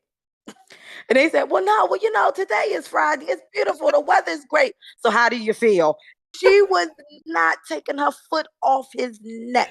And I wish she would have held out a little bit longer. I felt like she cracked a little bit and hugged him too soon. She should have still been giving him that, don't touch me. Because you put your hands on me in the hallway. I ain't forgave you for that yet. Don't touch me. Period. I feel like she gave in to him a little bit too soon. I don't care that you on rocky ground and you just getting home from rehab, because you ain't have to do me like that. You was getting high. I wasn't. He didn't have to do actually like that. So I feel like she should have waited till like episode 2 or 3 to crack a smile in his direction. But she had her foot on his neck at that table. Well, what you learn? Are you fixed yet? I said, I know that's right, Ashley.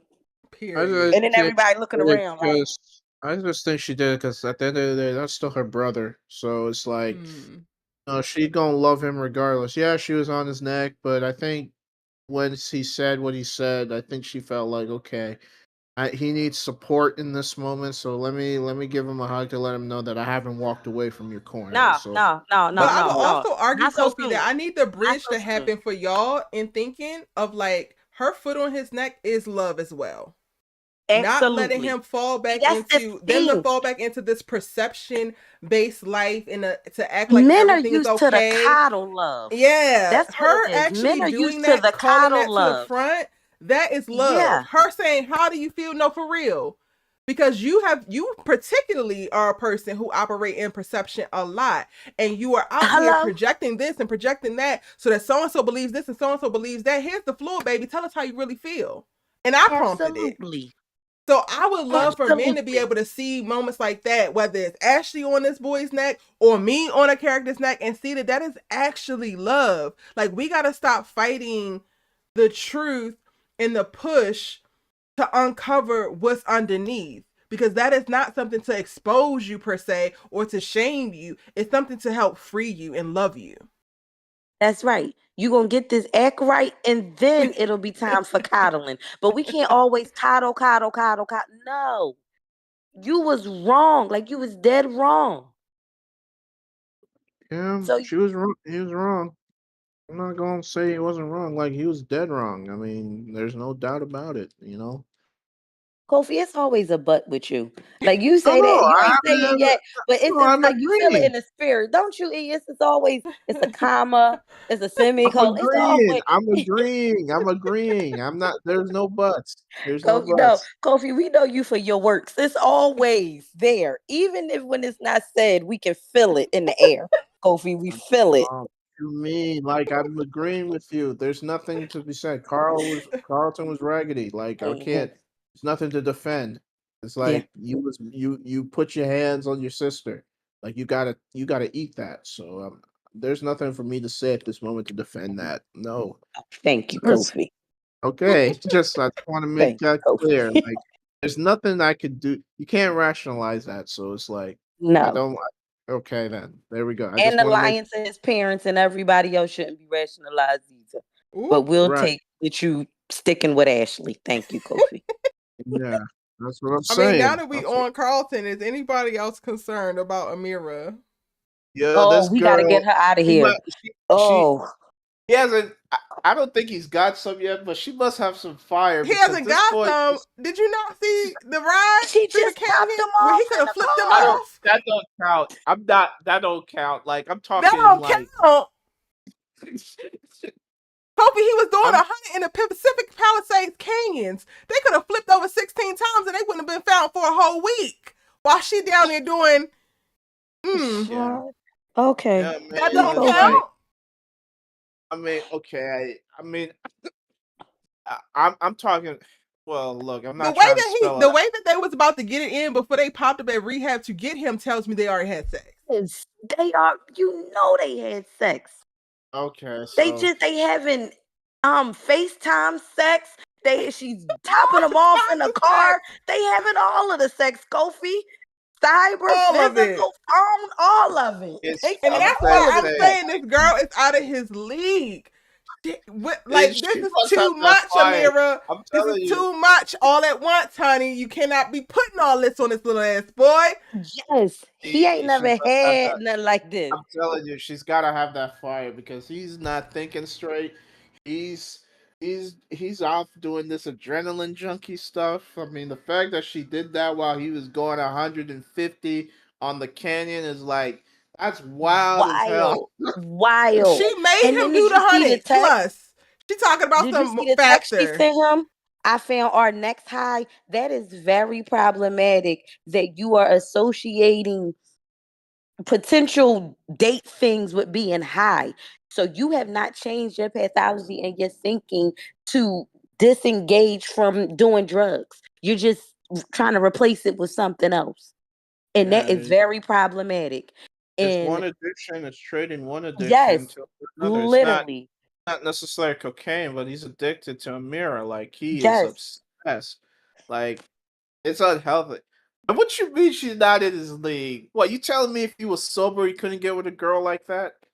Okay, so you didn't I actually don't hear think me. You didn't I hear what don't I think said. I said that she's out of his league specifically because of all that she's exposing him to, and she is more advanced with a bunch of things that I would attribute to like adult nature.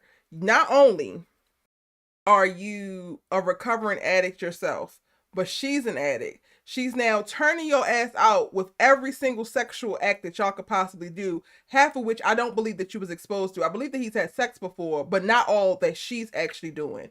She's literally tantalizing him and teasing him with like these rushes or these thrills specifically in life, and it's to me a lot larger than what Carlton has the capacity to handle. So it has nothing to do with her being beautiful. It has nothing to do with like he can't pull a girl that looks like her. She's too advanced in reference to like, I think personally that Amira is addicted to death or addicted to getting close to death. And Carlton is not at a place where he can handle that. She's out of his there league. it is. Or he's Good Lord. out of her league, basically. Good Listen, Lord.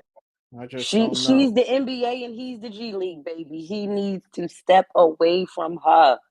This I is don't too know. much. For you, like, one, you can't really be in a healthy relationship with an unhealthy person, period. But to even have a slither of a chance, you have to have a certain level of self-confidence, of self-esteem. You have to have a certain command on who you know yourself to be. And those are all issues that Carlton struggles with.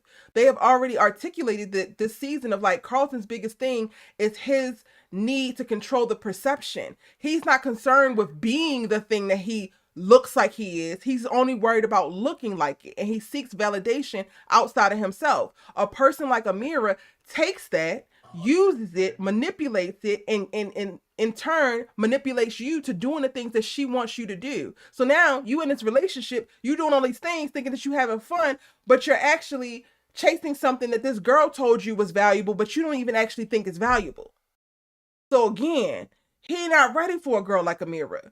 A girl like Amira needs you to tell her no. A girl like Amira needs you to be like, girl, that's dangerous. And there's not one thing yet that we watch him push back with her on.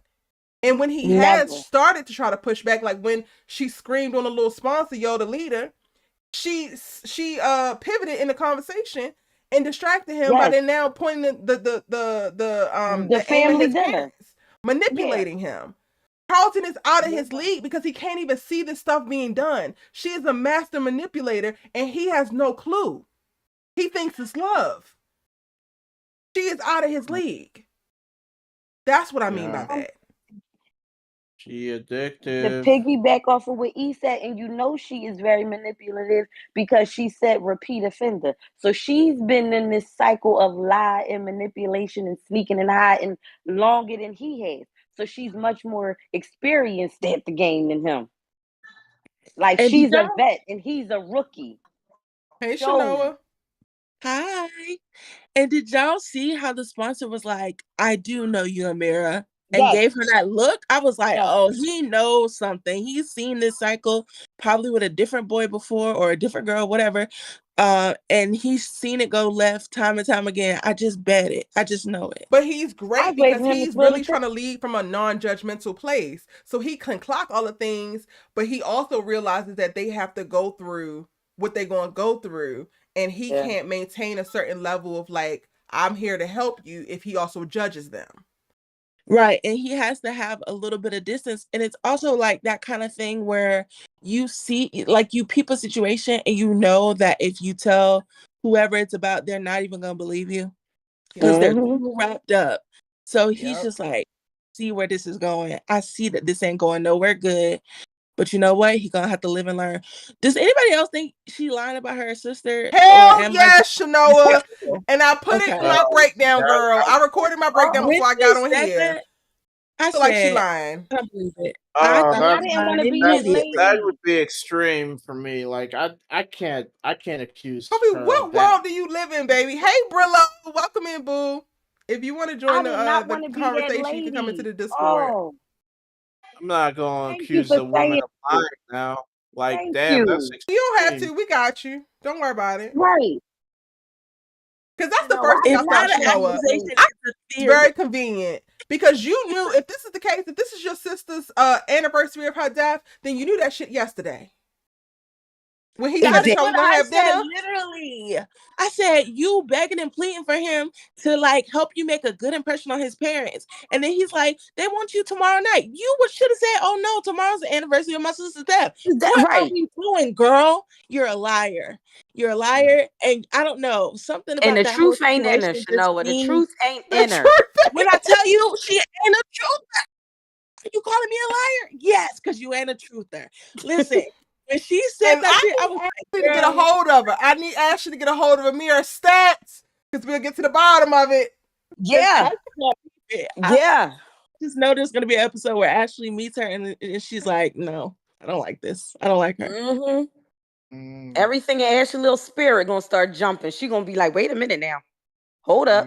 I thought either she's lying that her sister is actually dead or she's responsible for her sister dying. One of those two things is the case. Woo! Now that would be deep. And that's the reason why she's going on drugs and stuff.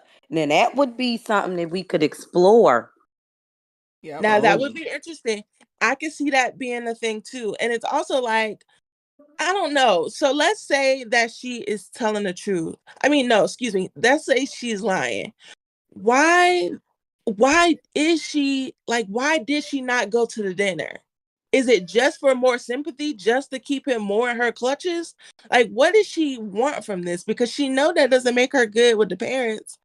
So but I don't think that she actually really wants to be good with the parents. Like, I clocked her from the y'all know I have not liked this hoe from the very beginning. She's gorgeous, gorgeous, gorgeous girl, gorgeous gowns. But I love the beautiful gowns. Beautiful gowns. Literally, I have not liked her. The moment that sealed the deal for me was Carlton having that beautiful profession at the NA meeting and her waiting outside by the car, and then that being the thing that just attracted her to him. It gives leech energy. It gives, I'm trying to center myself. It gives the moment that he finds some stable ground, some fresh air. Now I'm going to swoop in and I'm going to disrupt that. So it was never going to be a simple, let me meet your family type of situation and like, let's have dinner, because she does not want a healthy thing. She wants the spotlight. She wants to focus, and she wants to create circumstances that helps endear Carlton to her more, whether it's by guilt, by shame, or his need as a man to protect his woman. She's literally manufacturing all types of scenarios like that to basically build this whole it's us against the world type of thing. And I really was pissed. Oh, sorry. No, go for it. I really was pissed when she did all that stop stalking me shit. Like, you told him what meeting to come to so y'all could talk, and then you kind of flipped it and made him seem crazy as fuck, and then had the nerve watch the F-bombs. YouTube is trying to come for me, so no more F-bombs. Huh? No more F-bombs because YouTube is coming for me. I'm sorry. It's okay. It's my bad. But I'm like, you didn't do that in public, so you just embarrassed him in front of all these strangers and then made him seem like a stalker just to kiss him and y'all get together, but then you don't come to the meeting and clear that up. I just was like, that was so mean of her. But it's also very textbook for emotionally and mentally abusive partners. Absolutely. It's a yo-yo. Yeah, I don't know. It's gonna be so bad for Carlton when the truth come out about this girl, and I'm wondering if that's the thing that's gonna make whatever bad happen to him happen. Cause this, oh my God, 100%. And I it's know it might sound like, oh, I'm like wishing for it. I am 100% not wishing for this. But when I tell you it is the writing on the wall, Amira's actions, her words, how she moves, is textbook abusive partner. And Carlton is playing into it because he doesn't know no better. And he's going to suffer because of it. And I had a little bit of like admiration for him when like he kind of tried to be like, now what was all this when you were talking to the like little counselor? But then he still let her get her way in. And then when she showed up late to the dinner, he came with her with energy, but then she still got her way in the end. So I'm like, I don't know. She's gonna break him down where he doesn't even protest Trust against himself. all her shenanigans the next time, you know? He's not even gonna trust himself to hold her accountable for her BS. And she's literally she's doing this strategically to be able to disarm that part of him. Yeah. She's exploiting like his deepest weaknesses. Yep. It's so sad.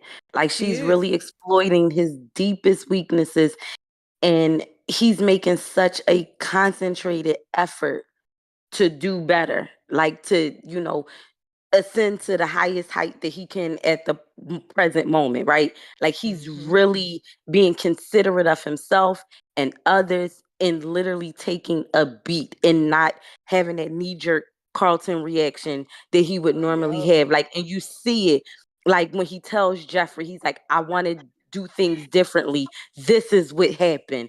When he calls the sponsor, when he finds himself triggered at the club, like he's really trying to do the work, and this girl see that and she's weaponizing it. Oh God, I gotta put her on the kill list too. I gotta shoot her too. She gotta get it too. Like the more that I talk about it and work through it, like it's up for her. Like it's really up for her because he don't deserve it this time. Now I have not been a big Carlton fan, but he ain't did nothing wrong this time, and he really don't deserve it. Oh, it's up Carlton for her. is literally entering his likable era, and it's going to be ruined because he is going to hit rock bottom so hard this time. It's going to make every other rock bottom look like they were sunshine and rainbows. Yes. He was at rock bottom when he said that in front of everybody. No, that wasn't rock bottom. And I actually appreciated him saying it in front of everybody because, like we've said, his whole thing is how people see him. And when he's up there and he's spilling all his own tea, you're giving everybody the chance to see you for who you really are, judgments and all. You know what I'm saying? So he's answering all these tough questions Ashley got for him, as she should. He's doing everything he can, and like I just know this fall is gonna be crazy. Like it's gonna be Icarus levels of fall because like my man, I don't know, he's just been doing so good, and I feel so bad. And then she clocked that Will insecurity so quick. I was like, dang, girl. God. Yep. Kofi, do me a favor and mute while you're not talking for me, please. Kofi, mute while you're not talking, Kofi, because I can hear your background a lot. She clocked that Will insecurity so fast, and the fact that not that it's a problem for people to be perceptive, but it's a problem in what their intentions are and how they want to use it. And like you said, Aaliyah, she is weaponizing every last one of his fatal flaws. Oh my goodness, so fast. Like she immediately was like, I wish you would have been the one to drive. That was so sexy. Like just to get him deeper into her little clutches. She's such a villain. My gosh. Yep. How do we see this turning so bad? What you say, Kofi? So how is this gonna play out? Like, what do we see happening? Her destroy Carlton's life, and he gonna have to rebuild again. And he over here worried about Will. He need to be worried about his girl. I mean, is somebody gonna like point it out? Like maybe say, "Hey, man, this might not be good for you," and is he even going to be in the Yes, right but the headspace to problem is, It's receive? the gonna have problem to is be she's already hardcore put evidence. herself Like he gonna have to stumble into something. He's not gonna believe nothing and nobody telling him. nothing. They gonna have to have concrete, irrefutable evidence. Meaning either somebody gonna have Caught to on catch up, video. She gonna have to be or caught on he have video to doing some see her in diabolical the act. stuff. Yes, he not And gonna even believe. then, he might, behind this whole sister storyline, he might still be able to like negotiate with himself. And it's not what he not seeing what they're actually showing him. So at this point, it's crazy because it happened really quickly, but we're at a place now where nobody can save him from this. He's gonna have to save himself, but he's not equipped with it. He don't even know what to look for as it pertains to what this woman is doing. And it's so like this is one of oh my God. Sorry, Chanel. It just came to me. Not only is she weaponizing him, but she's love bombing him at the same time with toxicity. Oh my God. It's like all of the things. The more we talk about it, more things keep coming to me. Oh God, she's really messing Carlton up. And I we was gotta about get to her. say, like, this is only his second serious relationship that we've seen. Yep. Like him and Lisa used to date, and then when they dated, she was like super supportive. She was kind of like very forgiving of like his flaws and stuff. And then they broke up because she was like, "Hey, I have to put me first." So he's learned a lesson from that relationship. Like, okay, I can't rely on just this one person to be my whole emotional regulation, right? So then that's really kind of all he's gotten from that one relationship. He had that little thing with Riel's character. I can't remember her character's name, where she liked him. And then she immediately was like, "No, I don't like you anymore because you're not doing a little speech." So he don't really have no romantic experience like that for real. Not for real, for real. And So that's what she I was just gonna also take him pointing to for and a saying that ride, she is honey. out of his league. Yeah. Like he don't have no point of reference. And honestly, like you said, Aaliyah, and the more we unpack and talk about this, the more that's coming up. I'm just like, girl, I know that you're sinister, but are you so sinister that you sat there and heard that man from the hallway talk about what rock bottom looked like for him, and you looked at it as a challenge? Man. Like, are you Wait, what? Say more. Like, is she cognitively deciding to really show him what rock bottom is? Like, I need a more that would be context into where another her life level. is, because she's coming to his big ass Bel-Air house. She see his parents still together. She see his sisters. She sees all of this, and he's spoken about certain things. And he's at the damn rehab whining. He's at the damn NA meeting whining. And I'm not saying he's whining, but like I'm saying, if I was a sinister ass hoe whining. And like, if I look at it like, well, I've gotten a stick and this has happened to me because I also have a victim mentality while I also have an addictive personality. And she can see that she already got him wrapped around her fingers. I could totally see her, because that's what the energy felt like when she approached him after humiliating him and then approaching him after. It felt like vampire-ass energy. And now I'm like, maybe it wasn't vampire energy. Maybe it was like, no, I'm about to show you what rock bottom really looked like. So she's doing all of this purposefully. Yo, if that's what she, oh man. Oh my gosh. And that's really a deeper, darker. Yeah, that's way deep and dark. Have you guys ever seen that Lifetime movie with, this is a deep cut. It was a Lifetime movie with this girl who would get with boys who were like insecure and like nobody was really checking for them, just to make them like suicidal. It was really insane. Why, when you were talking about that, did that give me that kind of energy? It gives that. It gives that. Because it's like, why do you want to see? It's like the power to know that you orchestrated their downfall, kind of. It's like when people get really good revenge, but he didn't do nothing to her. She just want to see that she can make him like crumble. And why? But why? Sadistic and sinister, if that's the case. I don't know. Damn. Oh, fix it, Jesus. This is getting, oh man. Whatever it is, there's no redeeming her from it, and I don't care. No. She lied about this damn sister. She plotting on Carlton. It's giving Misery Loves Company to the 20th degree. And Lisa, I get it, boo, that you know, want support or whatever, but Amira is not your friend. That is not your friend. That's another. Hey, Lamarcus, welcome in, boo. Maybe it would take a Lisa finding something. I mean, he'd probably listen to Lisa. I mean, Lisa probably still care about Carlton. So. I don't trust it. He's not gonna listen to nobody. And he's gonna give Lisa. What do you think? You and Will are the only ones who can have the perfect relationship. Who can be happy? Like Carlton, please. Yeah, he not gonna listen. So bitter. Literally, he gonna have to walk in on it, or it be video of it. And even then, I don't even think video of it. Video of it might start to shake him a little bit, but it'll make him like that insecure, like where he don't trust himself, and that will be even more damning for him if he gets on that kind of shaky ground, because then she'll really be able to like just pounce on him when he's like that level of vulnerable, when he's like, you know, unsettled and stuff like that. So if he gets to that point, she got him. This is just bad. Do y'all think, child, I'm just spiraling at this point, so tell me to pull up whenever, y'all. Do y'all think we down the rabbit hole with you? Let's go. Do y'all think she's planning their relapse? Do you think what? Say it again. She's planning their relapse. Yes. Oh my God! Come on. Okay, now wait a minute. She's already the repeat offender, and she don't seem bothered by it. Like it feels like a schedule for her. Yeah. That would be so sinister.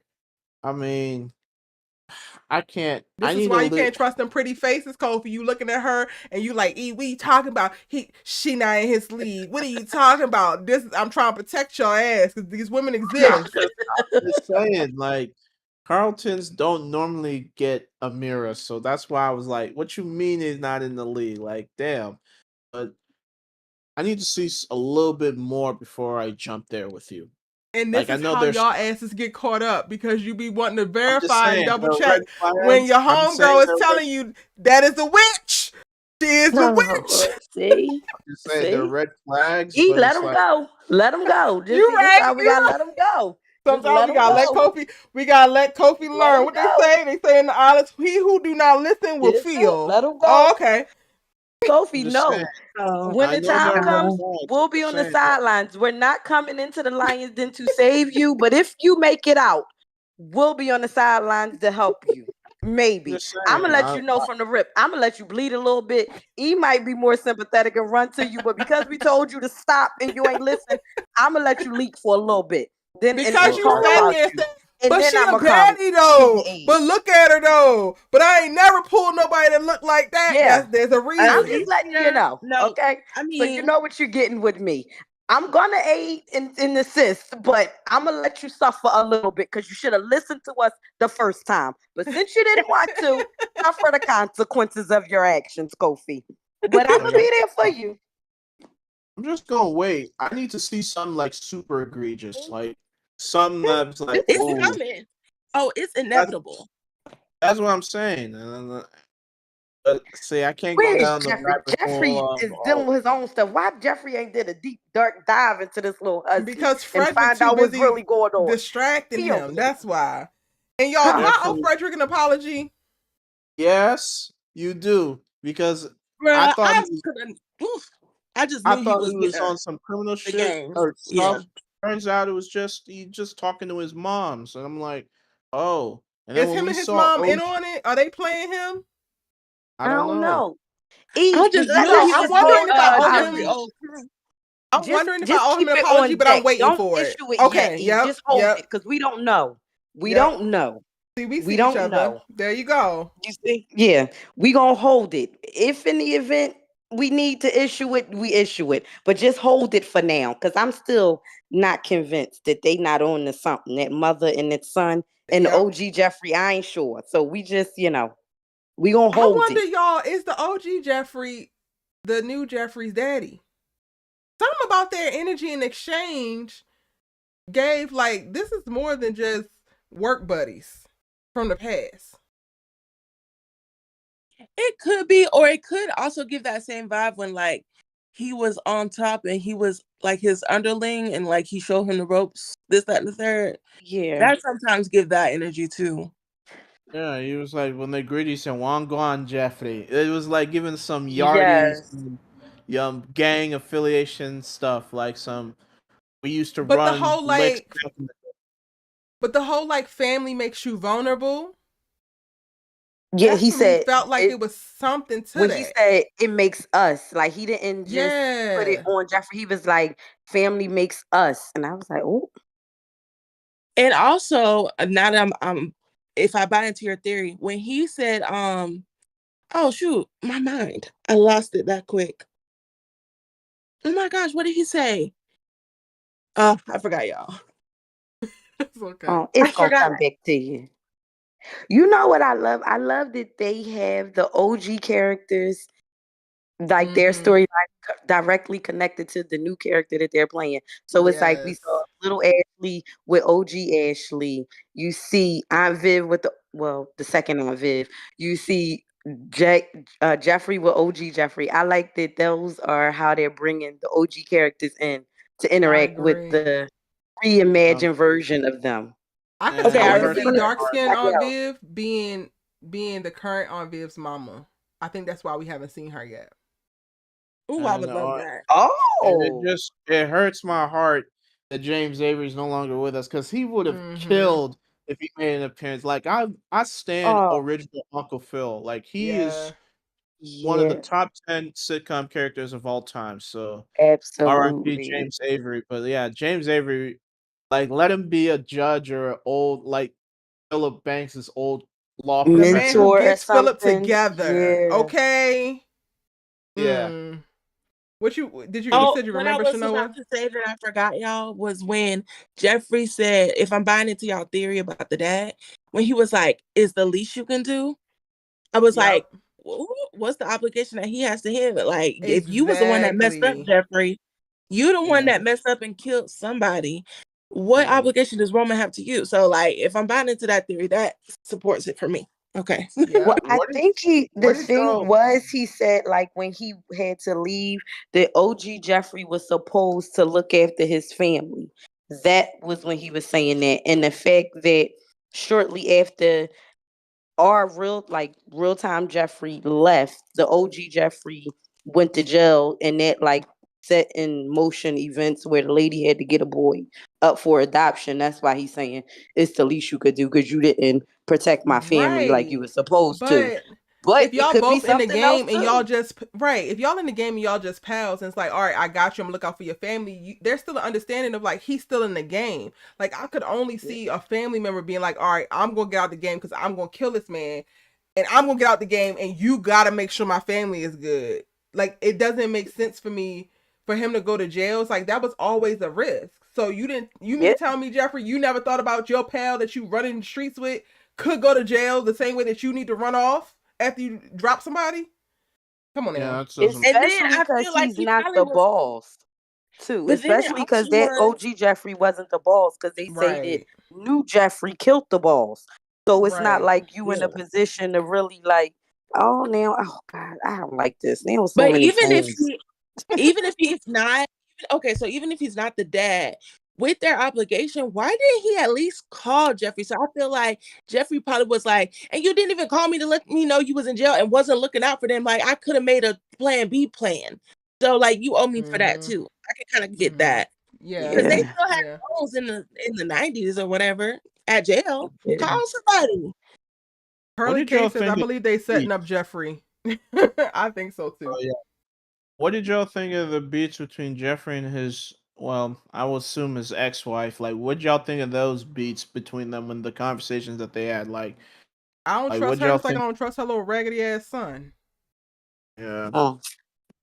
Did anybody else think it was like extreme, or am I tripping? Or like Frederick has only known his mama for a few years. Like Penelope, when Geoffrey asked Penelope, like, when did y'all reconnect?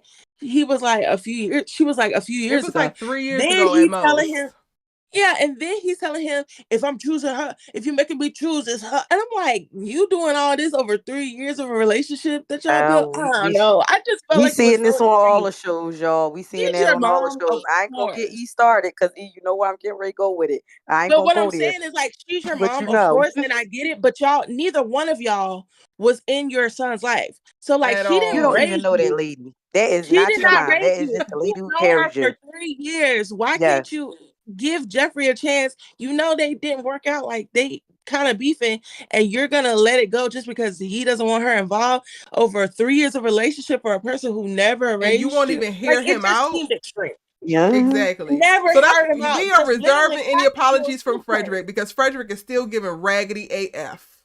Yeah. Packed his little suitcase and dipped. Talk about something if you make me choose it. Like, nobody was even making you choose. It just felt so overreaction to me. Who said you had to choose between them? Talk to your mom if you want to talk to her, but like, I want to get to know you without her being like involved in it. Whatever. I And just then thought it was crazy. your behind is here. In addition to what you're doing with your mama, you're doing little goofy stuff to potentially get your behind deported. Y'all do realize that immigrants cannot come over here and be on a damn visa and get arrested because they send you back. Yeah. So this Geoffrey thing, I just feel like this is gonna put the fam in danger, man. Like I fear for the Banks family behind this. Like Jeffrey's past back on him, like for real. Yeah. It's gonna manifest in some Especially way. when he's their protection and he is in a little sticky situation. Yeah. A good thing he told Phil, so Phil know. Yeah, at least Phil I know. mean, Phil ain't gonna be able to do nothing, but he know. Well, And alright, I so did like what Phil was like, there's always another choice. And then Geoffrey went got that, was it £1 million? Whatever it was. Got that £1 million to pay up. So hopefully they take his little payment and it be dead. Cause I don't know. I'd be scared. Don't which come also up shooting the bank's house up. Oh Lord. Which also makes me think that Phillip must know how deep this goes too, because he was like, "Are you sure you want to go do this with Roman?" Like, that doesn't sound like it's like he's privy to like his past and what's gone on. So it's like that's another factor that is making me wonder, like, Phil, how much do you know about Jeffrey's past and what he's like his criminal background, so to I speak, think he when he knows used it to run with all. the gangs in London? Yeah, I think that Geoffrey is forthcoming and Phil knows everything about I Geoffrey. think that's why he got hired. Yeah, I Well, think that's that, true. yeah. Yeah. All right. So, do We you want to got get to our title character? Who was that? Will. Oh yeah, we were already talking about him. Oh, y'all haven't talked about Will yet? We talked a Yeah. little I mean, bit, but we covered it with Lou and Vi reconciling, but like we didn't really cover like the main thing he did in these 3 episodes. I mean, you know. I mean, shout out to my girl, whether y'all see it or not, my girl, getting his behind Lisa. together in episode 4. Talking about y'all Yeah. don't see the dang on chemistry. I Clap it mean, up Kudos I, for to that Lisa. boy. Clap it up for Lisa. I'm team Lisa too. I'm still waiting to see what all the Jackie hype is about. I'm waiting. I mean, Wait, clap it up for who? I'm I'm confused. Lisa. Who we talking about? Lisa. Oh, okay. Lisa. I'm still waiting to see what the Jackie hype is about. I'm not convinced. Well, I mean, she I did like give the Jackie boy in the some show. motivation, low key. So it's like, would he have gotten there on his own? I don't know. What motivation is she Which giving? girl are you talking about, Kopi? I'm talking about when she was helping him learn these terms about He's talking about investing in Lisa. business. That was Yeah. Lisa. That wasn't Jackie. Yeah, Oh, he that's didn't what say who I he mean, was I'm talking talking about. about. He was talking about Lisa Oh, this whole time. He never Yeah, clarified. So we had mentioned Jackie, and then that's he what started I meant. talking. Like, So yeah. that's what I meant. I Like, loved it. It was oh, this. that's I'm so like, hold on, cute. And what I was just like, yes, this is what I have seen in y'all the whole time. And I'm glad the world gets to see it. I have a video that I was working on to talk about if Will owes Jackie any kind of loyalty. And I was going to like leave it to discuss there, but I can like pose it here if y'all want to share any thoughts that you might have about, that, because we do get to see, him feel guilty behind the whole thing that went down with Lisa and Jackie, and, him step in after she calls out like, you don't have my bag, blah, blah, blah, blah, blah, blah, blah. And then he does. and then she tries to reciprocate. Do y'all think that Will owes Jackie some type of loyalty? I mean, so when the way she framed it, yes. But if you're talking about in real life, if I do something for Erica, that's because that's what I want to do for Erica. Erica don't owe me because I did something for her. That was my choice. So I can't say, oh, I helped you out of whoop, whoop, whoop. So now you got to know that's not how it works. You make And space that's for the people part that when I you can. struggle with. That's the Right? part I You make struggle with. It space for feels people manipulative when AF. you can. And that's exactly what it was. We would like to think that, yeah, one good deed is followed by another, but in the real world, it don't work like that. Because what And you happens should if I also not want mentally, it to work like that. Like yeah, as a woman, I would want you to show up for me because you genuinely want to. I don't want you to feel guilted into. But that's just me. Like I am the queen of getting triggered by feeling that you are doing this out of obligation. Because baby, don't do nothing because you feel obligated to me. I don't want nobody, not family, not friend, I don't want nobody to do nothing out of obligation. I want you to do this that you do for me out of the bottom of from wherever part of your heart. Because it let's moves go right you. here with it. That's absolutely 100% accurate. But let's take here. She talk about when you was at Zenith, I looked out for you. Let us not forget that the I don't know whole if that basis was of your completely relationship accurate. was built on a lie when he was at Zenith. Yeah, I thought that was revisionist We history. like, come on. Like it's It very was not. much revisionist history. Like that's the reason why he don't rock with you, because he found out that you was lying to him from the jump. So the fact that Yeah, you I even was got the literally about to nerve ask to that. say that to him, that I looked out for you when you was over here. No, you was looking out for him because your uncle told you to. If we gonna keep it all the way 100, that's why you That was looking part. out for him.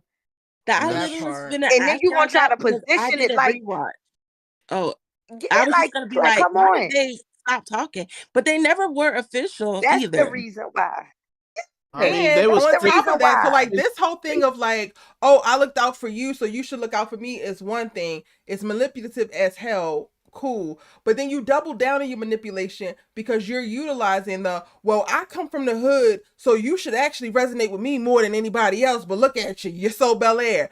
Every Oh single my God, time I she hate throws when that she Bel-Air in said his that. face, I'm like, Yeah. why are y'all rooting for this hoe? Because she is now also weaponizing his insecurities because she knows how he feels about losing his Philly edge and losing his proximity to the hood. So she's using that to keep him wrapped in or keep him within arm's length. And it's like, I can't respect that. And people thinking that he And not, they act like Lisa's that this rich guy, kid. like comparing him Lisa to ain't no Carlton. rich kid. I mean, her daddy is the chief of police, so it's like she comes from a privileged background, so to speak. So I can't. I mean, it's. Now, I don't know if Jackie's She's from a the hood. scholarship I kid. mean, You don't she lives in remember? Beverly Hills too. No, So no, it's. I do She remember that. don't. She's Lisa not don't rich, live in but she's Beverly Hills. still. You don't Oh no, I'm remember talking about episode Jackie. 1? I'm talking about Jackie. Like Jackie don't live in the Well, hood. she's talking Like, about Lisa. So hold on to Lisa real quick. She's talking about the fact that Lisa's a scholarship kid. Lisa doesn't have everything that all of these other kids have. So while she has been in Bel-Air and we meet her in Bel-Air, she's not necessarily Hilary Banks. So y'all can't give her Hilary Banks. Right. And that's how they try to position it when they try to like put her up against Jackie, like she's this super, super duper silver spoon kid. No, that ain't that. but you And know the what? difference, Honestly, though, if we gonna I keep it a mean, buck, let's just begin and end it here. Lisa ain't never ever lied to Will and manipulated him and did nothing to him to hurt him. Lisa ain't never did nothing but ride for him. that's true. I missed But Mic drop. the last live when this happened. Didn't this happen last time? Yeah. What did what did y'all think about Lisa popping up? She was like, "Oh, see, I thought that he's was a so little bit helpful." too much, to be quite honest with you.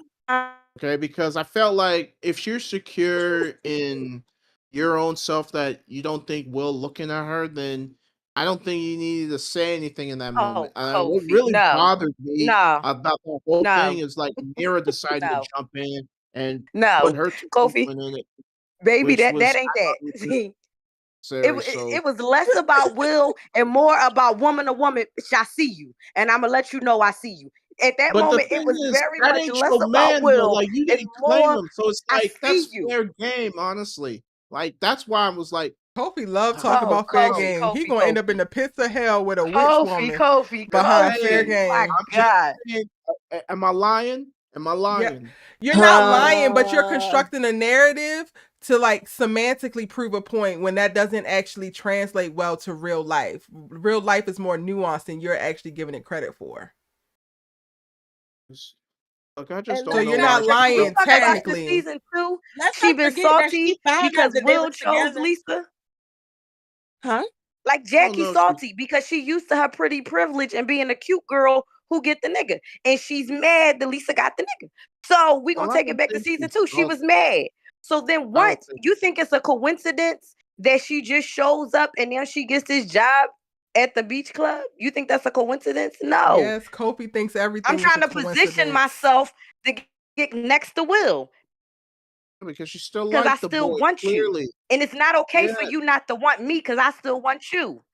Ooh. And I let's mean, not forget that Lisa found out that they had a little thing going after she had talked to her, encouraged this girl. Not that that was the wrong thing to They do. I had thought they this had the girl beginnings stepping of and a beautiful kind fetching. of.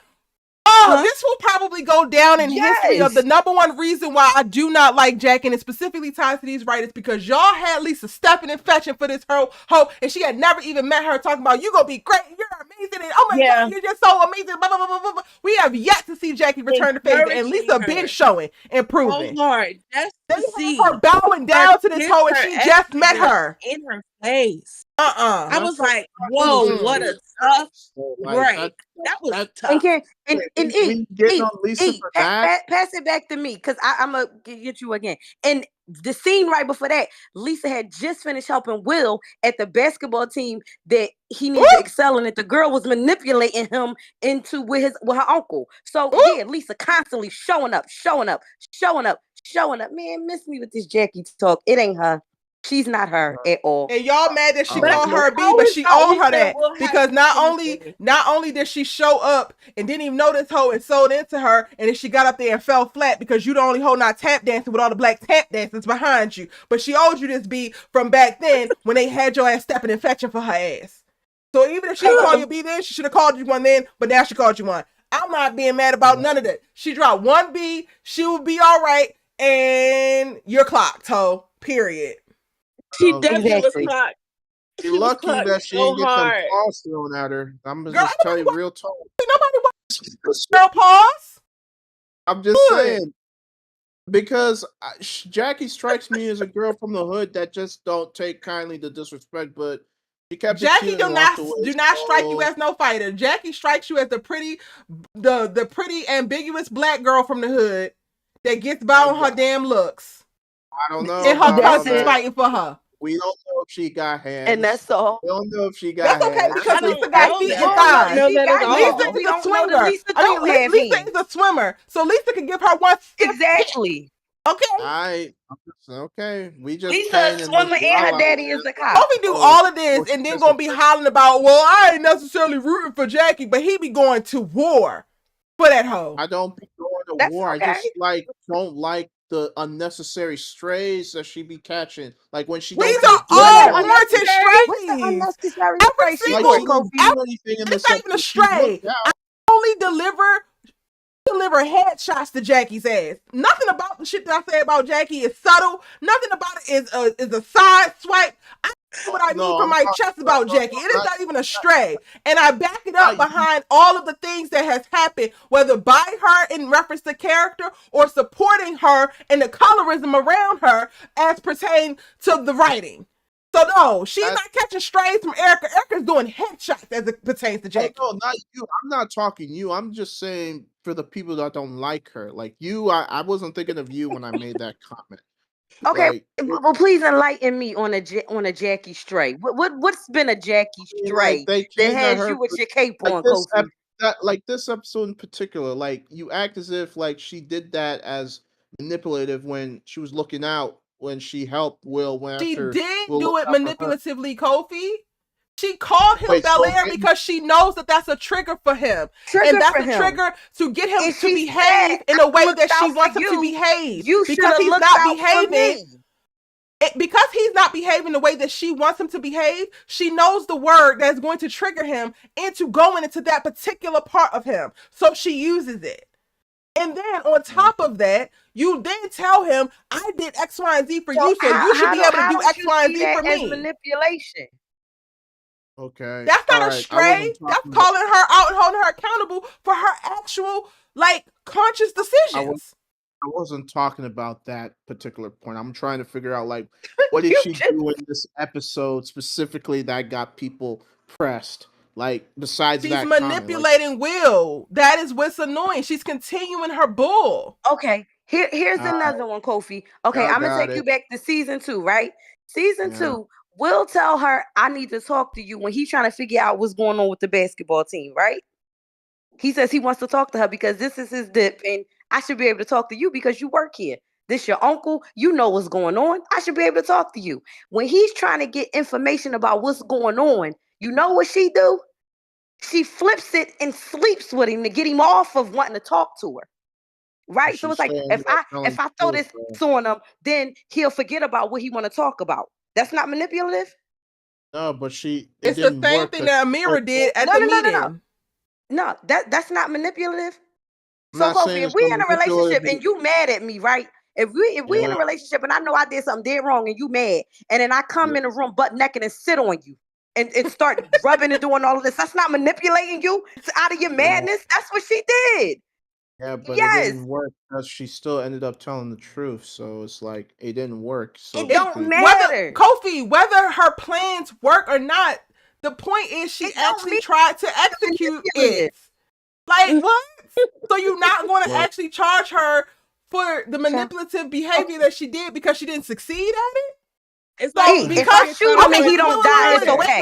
Wait, real quick. Kofi, that's what it is. Kofi, if I bank robbers, Kofi don't die, it's okay because I didn't kill him. Bank robbers who don't succeed. Bank robbers who don't succeed with taking the money, Kofi, they don't got to go to jail because you didn't actually successfully rob the bank. You didn't rob the bank. Yeah. Okay, yeah. So if I shoot you and you don't die, I'm cool. I shouldn't go to jail because you ain't died. Murder is a charge. Because you did try to murder somebody. Just because you failed don't mean you didn't try. Look, I'm just getting annoyed with this because it's a every week thing, and I'm like, Kofi, it's because I'm not she's trying not to see this Wait, girl. let him finish his point. It's like, I mean, what's her storyline? Like, what is she trying to do? Like, that's what I want to know. Kofi, it's a every week thing because you literally said, I'm trying to understand how is she being manipulative. Then we say how we feel like she's being manipulative, and you say, well, that don't count. And well, no, that's not that. Work. So you immediately invalidate the points that we're making as if they're not actual points, but then claim that you want to understand and you don't want to understand. You just want us to go along with your very platonic sanitized version of all of these characters, and it's not our fault that you can't see what is actually happening because Bel-Air is doing a masterful job with every single character. They don't just have trivial surface level motivations. A lot of these characters have innate fatal flaws, and then they have amazing subtle dialogue and mindset shifts and behaviors that support whatever their toxic trait is. But you want to ignore their toxic traits and act like they're not there because you like the way some of these women look. Okay, here go another one, Kofi. Hold on 1 second, Leah. Let that sit for 1 second. Okay. Yeah. Does that make sense, Kofi? Yeah, it makes sense. All right. And I'm just gonna be very clear about this. Okay. I'm not looking at her just because of her looks. I'm not defending her just because she's pretty. I'm just then why are you defending her? It just gets annoying because I don't know. It's like, damn, like I'd rather her not be there so I can just justify some of the feelings or non-feelings I may have or not have about this particular character based on, some really real issues that some people may have with her. You know what I mean? And it's I don't know what you mean. I need you to explain. Hey, Eric, welcome in, boo. Yeah, but you know what? I mean, no, I don't understand what you mean. So I need you to expound upon that. Like, you don't want Lisa to exist because you're annoyed with Oh no, I don't. Oh, I like Lisa. Like no, Lisa's cool. It's Jackie. I mean, I'm that- sorry, you don't want Jackie to exist because you're annoyed with every week my very valid critique of this character. Well, no, not you in particular. Like I get where you're coming from. It's the others that is like, is that really something that you want to? Is that a valid criticism? That's like what Well, I'm are you only struggling with. giving validity to my criticism because you respect me? Well, because you're able to explain it in a way where it lands and that it makes sense that I can see it. You know what I mean? Like I'm not going to dispute what you're saying because when you present it, it's like, oh damn, I see what she's saying. Like the light bulb is switching. Like, oh, I understand. You know what I So mean? what has Aaliyah or Shanoa said that you didn't actually understand, that you don't feel like was in line with Like something I have already I was said? talking particularly about this episode, like, but they were taking it back to season 2 when I never defended Jackie for some of the stuff she did in season 2. Like in season 2, I did, thought she kinda. was. You said she Wait, didn't know no better. She did, but okay. All well, right. So hold focus on this episode, which is what, episode 5. it was 5. I want to say 5. 5. I want to say 5 This because is we why they didn't see can't her. release all these damn episodes together. I just can't keep track. Yeah, because we didn't Okay. see Jackie. Specifically, It was Kofi, we are all in agreement, aside from you, that Jackie is a very manipulative woman. We have already noted in previous lives and from previous episodes that she leans heavily on her pretty privilege, which is also something that cultivates negative feelings specifically from Black women towards her, because we wind up being the sacrificial lambs behind it. Like, she can be wielding this thing and using it great, but then we wind up suffering because of it. right. The manipulation from her is additional selfishness that is not actually taking Will into consideration. And while she's asking Will to consider her, she's not actually offering up anything mutual for him to actually buy into and to make him want to show up for her naturally. It's almost like it has to be transactional. And she's looking at Will, I feel like, because y'all haven't said this yet, but y'all can double down if y'all feel. She's looking at Will like she looks at all the other people who she has this very transactional relationship with, of like, I'm pretty and I want this thing and you give it to me, or you listen to me, or you do what I want because I'm Jackie. And when Will isn't playing ball, she leans heavily into the things that she knows about him, because then those are other tactics that she can use to get him to play ball. And at the end of the day, this is not something, she's not even trying to get him to do things that are for his best interest. She's literally trying to get him to do things that are for her best interest. But y'all want us to believe that she's his friend. You want us to believe that they could be great together in a relationship, when she has only led with her selfish mindset and tendencies and manipulation and serving her uncle. Ace, if you came in, come back in, boo. I'll bring you in. I was just getting a point off. But does that make sense? And I just had one Very thing. clear. That's very clear. That I understand completely. Now, Kofi, I just want you to try to lend your thought process to this. Going off of what E just talked about. So she wanted Will to show up for her, right? And once the guy got a little handsy with her, the drunken white guy, and Will showed up, right? It was triggering for me personally because I hated to see that. I mean, I may not like. Yes. I mean, I know people may not like her, but I didn't think she deserved that. No. She did not deserve that at all. But because, coupled with the fact that any man who sees that should react that way. Any man, regardless of what the relationship is, a stranger should do that. Yes. Plus, couple that with what she just dropped on Will, right? Like, made it like heightened for him. Because now you put me in a position where I feel like I owe you something because of what you just said to me. Playing on that insecurity of him, right? So when she rides the golf cart with the rapper dude up there, that's not her looking out for Will. That was her, oh damn, I might have took it too far. Because he missed his opportunity because of me. She didn't just do that out the kindness of her heart with the go-kart. She did that because she took it too far with him. And Will was willing in that moment to take it all away with that guy. Because this Will now, he could have easily de-escalated that, but he wasn't in that mind space because of what she had already said to him. Dude, like I thought he was gonna put hands on him. To be quite He honest would And have. I would argue, in addition to like setting him up to go to his West Philly roots to prove to her that he not Bel-Air, I would also argue that the second fold of that is you did this so that you can now say, well, remember, I got you so and so. I'm the one. I thought that too. I was like, now she gonna have that over. Because I'm like, okay. And it's not even like assuming the worst of her. She is literally shown this. This is a pattern for her. And I see the potential of them having a cute friendship. Like, I don't know. I think they could be cute friends if, hey, I'm not done. Let me say this. You're right. If she drops her crush on him and like actually wants to be there for him because of just the friendship, she only is showing up for him, quote unquote, because she wants to get that nigga back. But if she wants to be there for him just as a friend, I can see the potential of their friendship being cool, like no issues. But I would argue the way she's coming now, I don't think so. I would argue that Jackie can't be his friend because I don't think that Jackie knows how to be a friend. And that's why my big caveat was, if she wants to drop the whole trying to get him back thing, maybe. I don't know. Because they seem to have fun together, but if she can't drop it, then no. And then I'm confused on this. But they also have fun together off of like the crutch of a lot of her trauma. Like when I think back, like even a party, she got super wasted and like is struggling with whatever the hell she's struggling with internally that put her in that particular spot. So like, you don't see Jackie actually play well with other people. You see Jackie manipulate people and use her privilege to get what she wants out of people.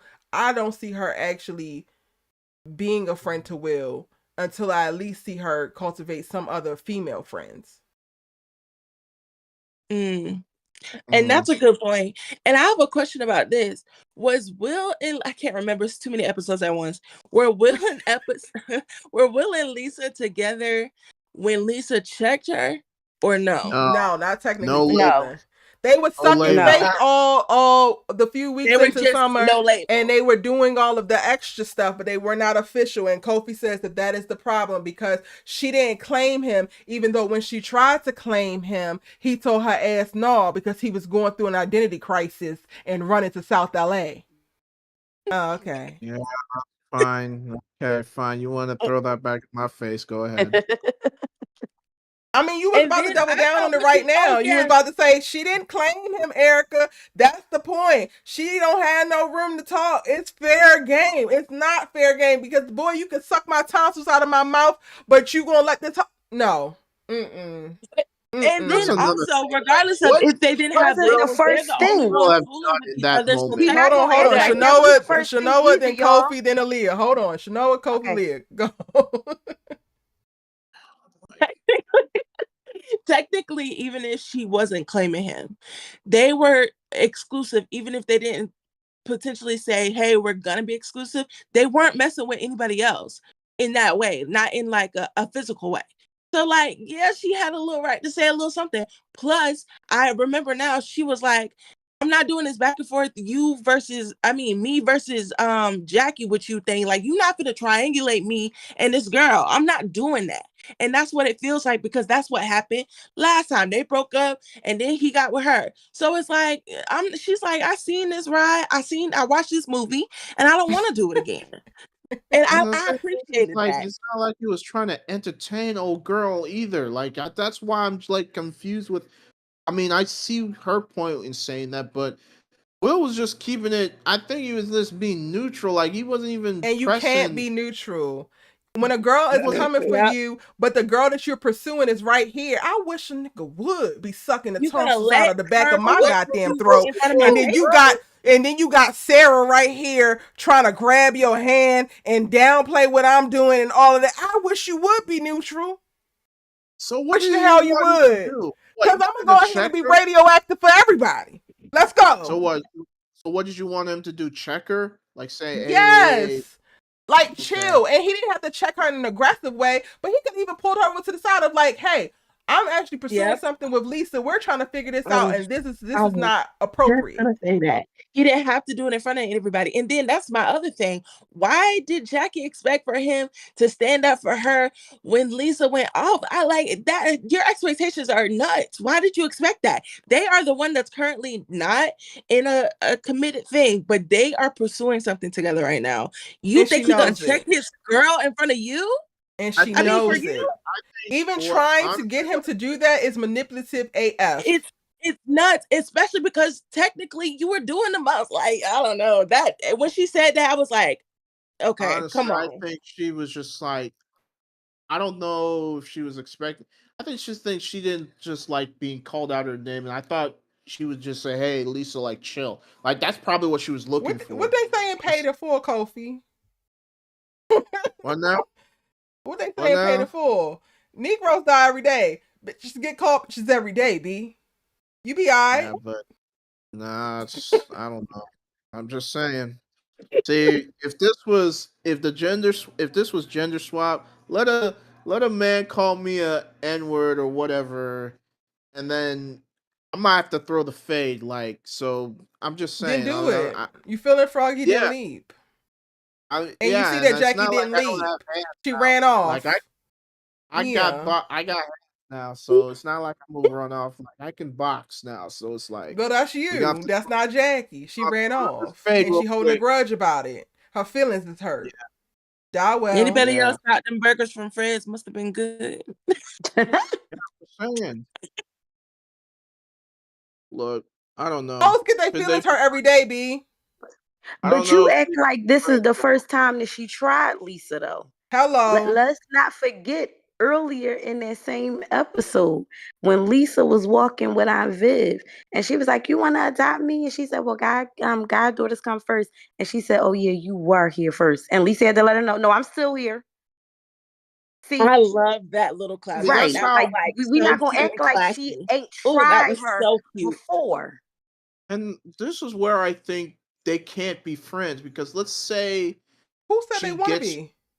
No. I'm talking about when Chanel brought up the point that Lisa or Will and Jackie could be friends. Like, I don't know how Lisa would feel about that either, because I'm not just be like, I think Lisa would feel fine if Will had the capacity to check her. I think Lisa would feel fine. The same way that Aunt Viv would not have a problem with you working with Erica if she felt like her husband had a spine and could keep it together and create boundaries. It's giving the men boundaries, and also she could tell if Jackie dropped her crush or not, because we clock that kind of stuff. And then also it's body language, bro. If she could tell that they really are friends, you know how to stick to your boundaries, and then you tell me if something went left. Like, that's really what Phil's problem is with Viv. This is off topic, but why didn't you tell your wife? Because you're trying to say it's not a big deal. That's why I didn't tell you. But if it wasn't a big deal, you would have told me. And that's my problem with him. Anyway, one of my best friends, known him since high school, is a whole married, been married 10 years at this point. I don't have no problems. I stay in my lane. I'm not doing all this that Jackie's doing. But that man loves me. I know it down. He protects me down. But I understand I'm not his wife. I'm his best friend. So niggas want to like make it seem like men and women can't be friends, and your woman won't want you to be friends with other women. Your woman don't want you to be friends with a woman who wants you, who don't respect your relationships and don't respect the happiness that you have within your relationship. And then your woman don't want you to be friends with a woman that you can't create boundaries with. Yep. Who wants to be with someone and they best friend or they just their friend or whatever? If their friend is waiting in the wings, like, oh my gosh, as soon as I mess up, you finna be hopping up, ready to take your turn. Like, yuck, that's pressure. That's unnecessary pressure nobody needs. Like, I'm not gonna be thinking about how old girl is waiting for me to slip up and get her turn. No. And Jackie is already so clearly, whether y'all men can see it or not, women clock that she leans on her pretty privilege and she's manipulative. So we already know this is not a woman that can be friends with your man. She wants something. Everything is transactional. Oh, she clearly wants him, so we'll see. Well, now, I mean, lately, I don't think she's been kicking energy towards his way. Like, she did that one favor for him, but I think No, because even in this whole episode, she was like she didn't even talk to him, like you said. But she was doing that to make him feel guilty. Treatment because she was trying to make him like feel bad and come back to her. My God, you be some of you men, Kofi, I be worried about you, bro. Because if you don't clock this, these women can have you wrapped around their finger. Like, my goodness, she was playing that boy this entire episode, trying to rope him back in. I'm sure no, she's playing him, but I'm like, I didn't get a sense that, she's still rocking with him after that. Like she brought the old dude to help him with his business, but after that she left. So unless I see something in the next episode, she's playing checkers, and most of you men are playing chess. I mean, she's playing chess, and y'all are playing checkers, Kofi. Because the way that you don't clock that the whole silent treatment is a ploy to get him to want to speak to you or to feel bad about whatever and pull him into actually care. And the bringing this man was to seal the deal of like, okay, now I'm back in his orbit. Yeah. Oh, I see how these women get y'all. My word. And honestly, she only left to make sure the plan would go through because she don't want the dude to just hop back on a golf cart. She's trying to execute the plan where he gets to talk to him. Like, what are you talking about? She just left after. Right, so of course, that was a part of the whole naive, maneuver. If Will's that naive and if he's a sucker, then he gonna fall for it in the next episode. You calling him a sucker. You calling him a sucker. I never said that. No, I'm just saying if he's that naive, then he'll fall for it. But I don't think he's gonna fall for it. Yeah, he's gonna feel bad, but I don't think. Well, for me, it's not about him falling for it. It's about her actually doing it. Whether he falls for it or not is a whole other conversation. Her actually doing all of this is why I will have beef with Jackie forever. Forever. Because honestly, her calling him Bel-Air when she knows that he struggles with his identity, like trying to stay true to himself versus like not take handouts versus like feeling like he owes his aunt and uncle everything because of the situation. She don't know. Wait, does she know about it? I don't know. It don't matter. He struggles with his identity of like being grateful for the opportunity that he has now because of his aunt and uncle, but struggling with who he was raised to be, and like his dad in his head talking about something, don't take no hands out, his mama in his head about using basketball as his only outlet, like everybody in his ear, and she want to be like, oh, I see you Bel-Air now, bruh, leave that little boy alone. So Noah, you cooking, and I'm about to add some additional seasoning because the way some of y'all are upset about Lisa calling Jackie a B, but you not upset about Jackie calling Will Bel-Air speaks volumes. They're quite literally the same thing. Because regardless of at least for Will, it was an insult. Yeah. She used it as an insult. Come on now. That was not something that she was saying as a good character trait for him. Let's be real. Did you clock that, Kofi? Do you realize that her calling him Bel-Air is a quintessential calling him a B? Philly.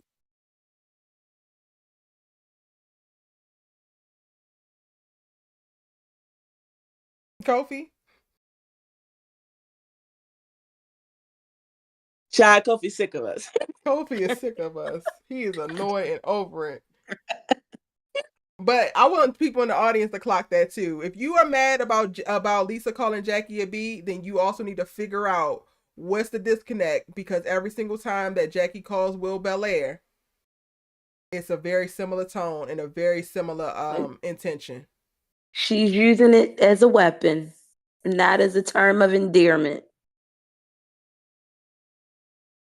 They cooking. They are really cooking with this writer. Connotation matters. We all know that. Come on now. Let's not be dense.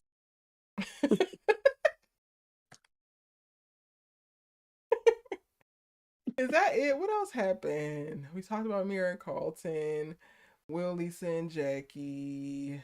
Did y'all talk about Viv and yes, Phil? Ad nauseum. We talked about them already, Chad. Y'all did, okay.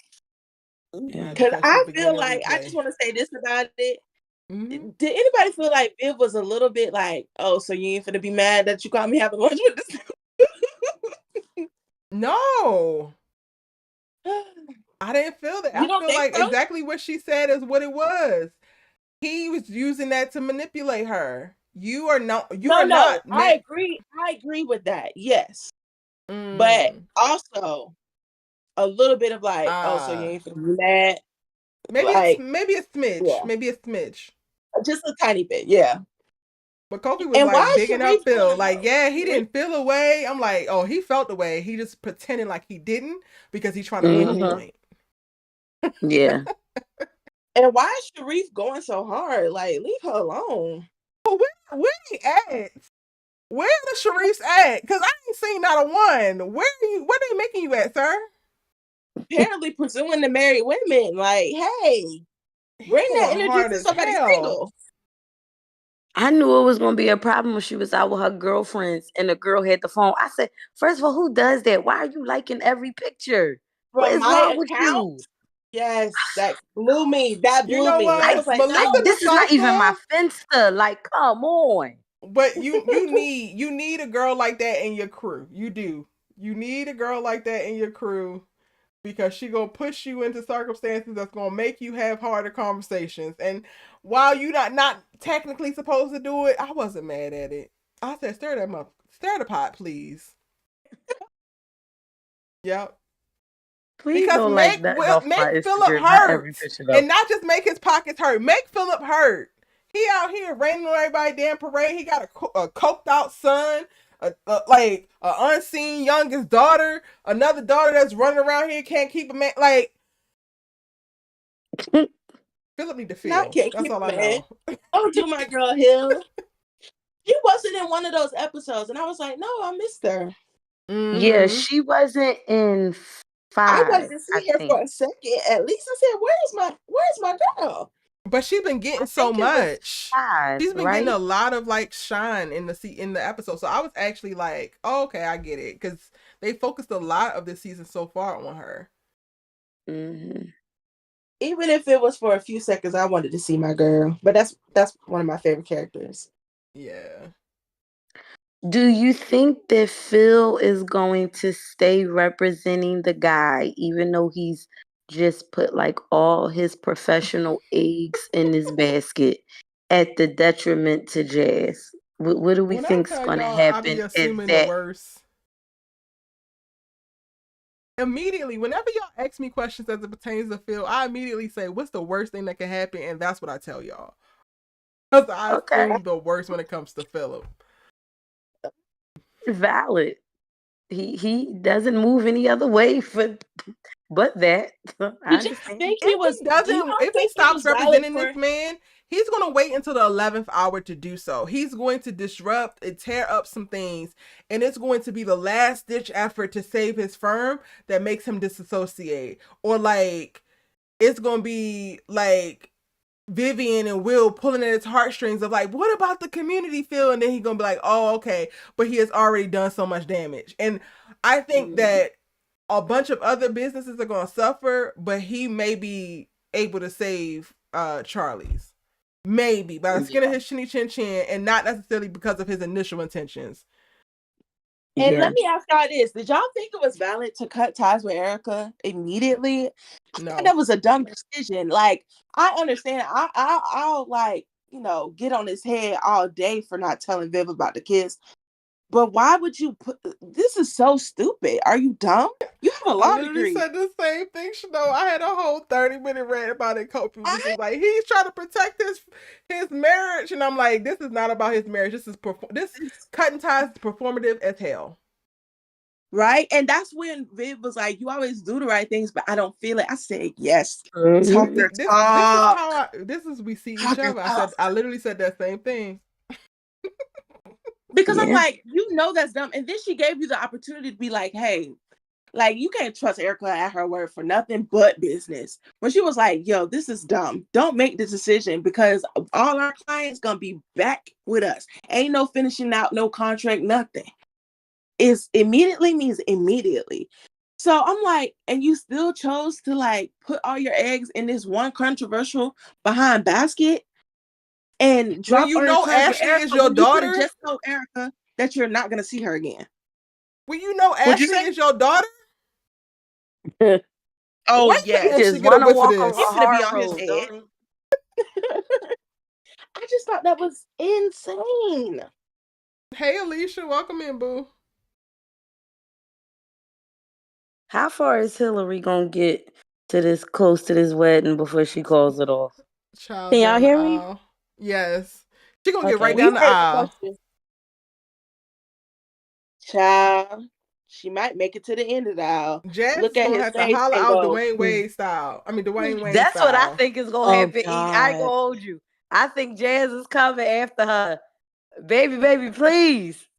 My thing, I'm wondering if she's gonna do anything like when she finds out her dad is trying to buy his shop. Is she gonna be like, what you doing? Take a step back. Do y'all think it would be think she cool of gonna her to say something. tell? Do y'all think it would be cool of her to tell Jamarcus what happened right now? Not Jamarcus. No, Lamarcus. Jamarcus is crazy. What is it? Lamarcus. Oh, child. Jamarcus goes crazy. Wait, what's the question? Do y'all think it would be cool of her to tell him about the kiss right now? Oh, don't. No, I don't think she absolutely should not. say nothing. The way that boy got to deal with his daddy, absolutely not. You don't say a word. Like, this man got a whole heart condition. He don't need no more stress. No. Especially because That's what I'm thinking now too. If she was going to break up with him, then of course she would need to tell him that in addition to like, okay, I want to pull back. But she's not planning on leaving him. She's planning on standing 10 toes down within this thing. You could hold this for a much better time. Yeah. I was thinking the same thing, but I'm just like, oh my gosh, because this dad situation, if she were to tell him now, it just seems like it would push him more towards his dad and like their plan to get him back into the lead immediately. Yep. And also, granted, just off this episode, like they did the whole social media, like, like let's like put out the narrative. For all we know, she say something, they really gonna put out a narrative about her being like, dang, she cheated on her husband while he down on his it ain't gonna be good. That's real. That's real. And for them trying to change the narrative, they should have gave that man some chance thing, whatever. Oh my God. Please talk about in the hospital, Shanoa. She made sure hers is on, but she put a little press powder, try to reduce his little dark circles and stuff. Give that man some chapstick. He looks like he's about to pass away. I don't know. Hey, don't jinx it. He look casket sharp, honey. He look casket sharp. Yes. They really blew me with that. So do y'all think they're gonna let this man die or what? I don't. Is it gonna be like a Trevor storyline but with Lamarcus or? Kofi thought that originally he was gonna be a Trevor storyline. That's what I thought at first too, but now I don't think so. I didn't think that at first, but now that he's sick, I'm kind of thinking it. Like he might pass away before the wedding. Maybe not pass away, but I'm wondering, is his condition gonna be like no, like you can't play football, like you're not in a condition to play, and then that's gonna cause, I don't know, even more problems with him than him passing away. Yeah, because I think that's gonna be the thing. I think that this is something that he can actually manage if he quits football, but he's not gonna quit football, and that's gonna be the life-threatening thing. And then it's gonna be like, oh my gosh, if he loses football, everybody gonna be like, oh, well, who cares what everybody thinks? But she is an influencer, so everybody gonna be like, now she left him because he can't play no more. She's so shallow. Like, at the time. And that's something that Hilary be running from. That's one of her little triggers. If anything, he gonna be after one to break up with her. That's the only way she get out of it. Yeah, I feel like Jazz gave her just the motivation to stay in this relationship. No, but him popping up at the hospital was crazy. I said, "Oop, not you bringing the little snack." All right, bringing a little snack for them and a snack for you, because why is this woman here? And I did a whole breakdown on that and like Jazz's inability to be disciplined and distracting himself, and how what we're seeing play out with his relationship with Hilary and him responding to the breakup is also tied to his failure with the damn vinyl shop. He's a very undisciplined man. He was trying to tell her like, hey, that was all on me, this, that, the third. But I'm like, Yeah, but she kind of kissed you back, bro. And No, then they don't. also, No, they you're leaned in at trying the to. same time. Yeah, Wasn't they no. kissed each other. What happened? They kissed each other. Wasn't They no. kissed each other. No, they did kiss each other, but what I'm saying is, even if it went the way he said, like it's all on him, he initiated everything, she still kiss you back, even if you see it that way. And then I'm thinking, like, did anybody else think the girl who was in the corner before they revealed it was his little girl that he came with him, that it was gonna be Lamarcus's mama?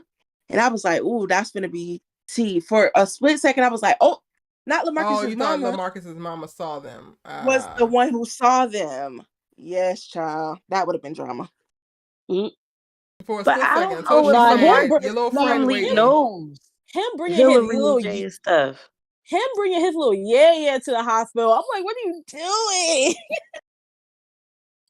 To bring her pecan bars, or was it pecan bars? Coconut. Like coconut bars.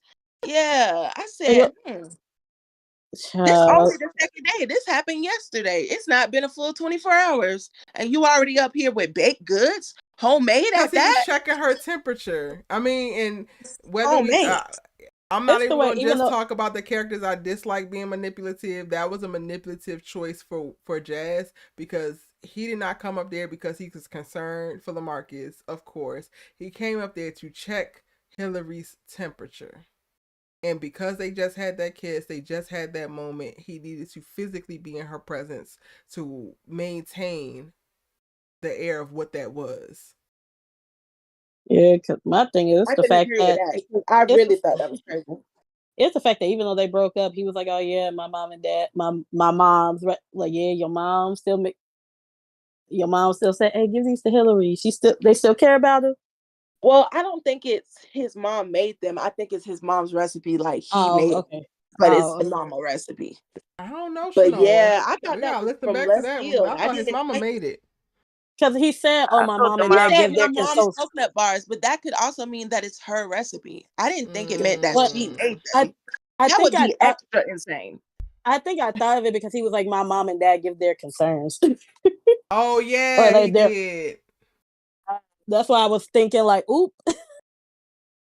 Yeah. Well, then maybe it could, but that's nasty work, Jazz. I will tell you that. Talking about, didn't I tell you to wait in the car? Didn't you what? See, this is why men need to get their together, because if you don't want to be with these women, you out here traumatizing this girl, chasing behind this other girl. Just be by yourself. Come up here with the Coco bars by yourself. Hey, for all we know, his little yeah-yeahs might know what it is and what it ain't. So, you know. No, but he turned to her and said, didn't I tell you to wait in the car? So clearly she thinking something else. She going and like clearing her thought back then so her presence could be known. Oh no. Yeah, she thinking it's something else. Didn't I tell you to wait in the car goes crazy, Jazz. Like it's so insane, because how often do you see someone check on someone who's visiting someone in the hospital if they're not together, or if they're not the very best of friends? That doesn't happen often. You're not even checking on the person that's in the hospital. You're checking on the person who's there for the person in the hospital. That's insane. I really thought that was so crazy. I was like, whoa, why are you here? Men be crazy every day, B. No, that's true. Men are sick. And meanwhile, Kofi is still on mute. Like, I'm sick of these hoes. You done talked to somebody, you done found out what hospital, and you got there in enough time that he's not discharged yet. Like, it's just a lot. I was just like, whoa. Man. I love this community so much. But then claiming everything so nonchalant. It was all me. I was just trying, and I understood it was a mistake. No, well, you want her bad. 100%. Even saying it's all him is because he wants her to feel like, oh, he's protecting me in this moment. Like, woo, child. No, she said, I'm not running. She said, I'm not running no more.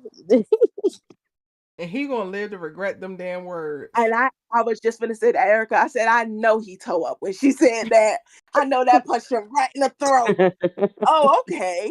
Because you said she'll run to a track star, and she said, you know what? I'm hanging up my Olympic medal. No, she said, Oh "Bet." wow, but not Big for you. bitch. She said, Love "Bet." it. You got my Love it, running? love it, love Bet. it. I'm getting married.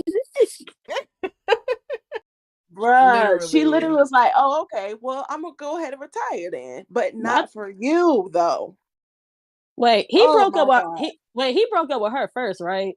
Cause I just show would have said, "Nigga, you ran first." Did he break up with her? No, she broke up with him. Oh, okay, my bad. Never mind. No, because he was But ghosting her after finding Okay, okay. after finding out Lamarcus was her ex. Then he started not answering the phone, not responding to text messages, being all yeah, weird. My thing is, and nigga, being you ran so first. super insecure. I was like, you ain't give this girl no choice. You did the utmost. Let me ask y'all this because I didn't get to talk about this in season one. Season whatever season. Would y'all have let y'all man fanboy over your ex like that? Tell me the truth. Because I said, Hilary, no. Why you let that man do that? Because I know for sure if did anybody watch the game when girl Melanie was girling over Drew Sidora to find out that she effed her Derwin? I was like, oh wow. What can you do in that moment? It's like it's not an active choice to like let it happen. It's like they go in and they be full steam ahead, so you don't even have a moment to be like, all right, chill. Yeah, I know. It was just so that was awkward. Yeah, it was. Be like, hey, bro, I love your game. You one of my favorite players. Hey, yo, that's my ex. It's so sick. He was like, but I feel like the game it was worse because he had already. Oh no, definitely worse. He had already been with her, and it was like you had her smiling in her face. Like I feel like with Lamarcus and Jazz still had the upper hand because Hilary was 100% standing beside him. It was like, this is my boyfriend. That like she wasn't playing him down or nothing like that. Yeah, but then I guess like, you know, niggas are getting insecure. Like the family clearly still like him. They like, oh, he the rich nigga with money, successful.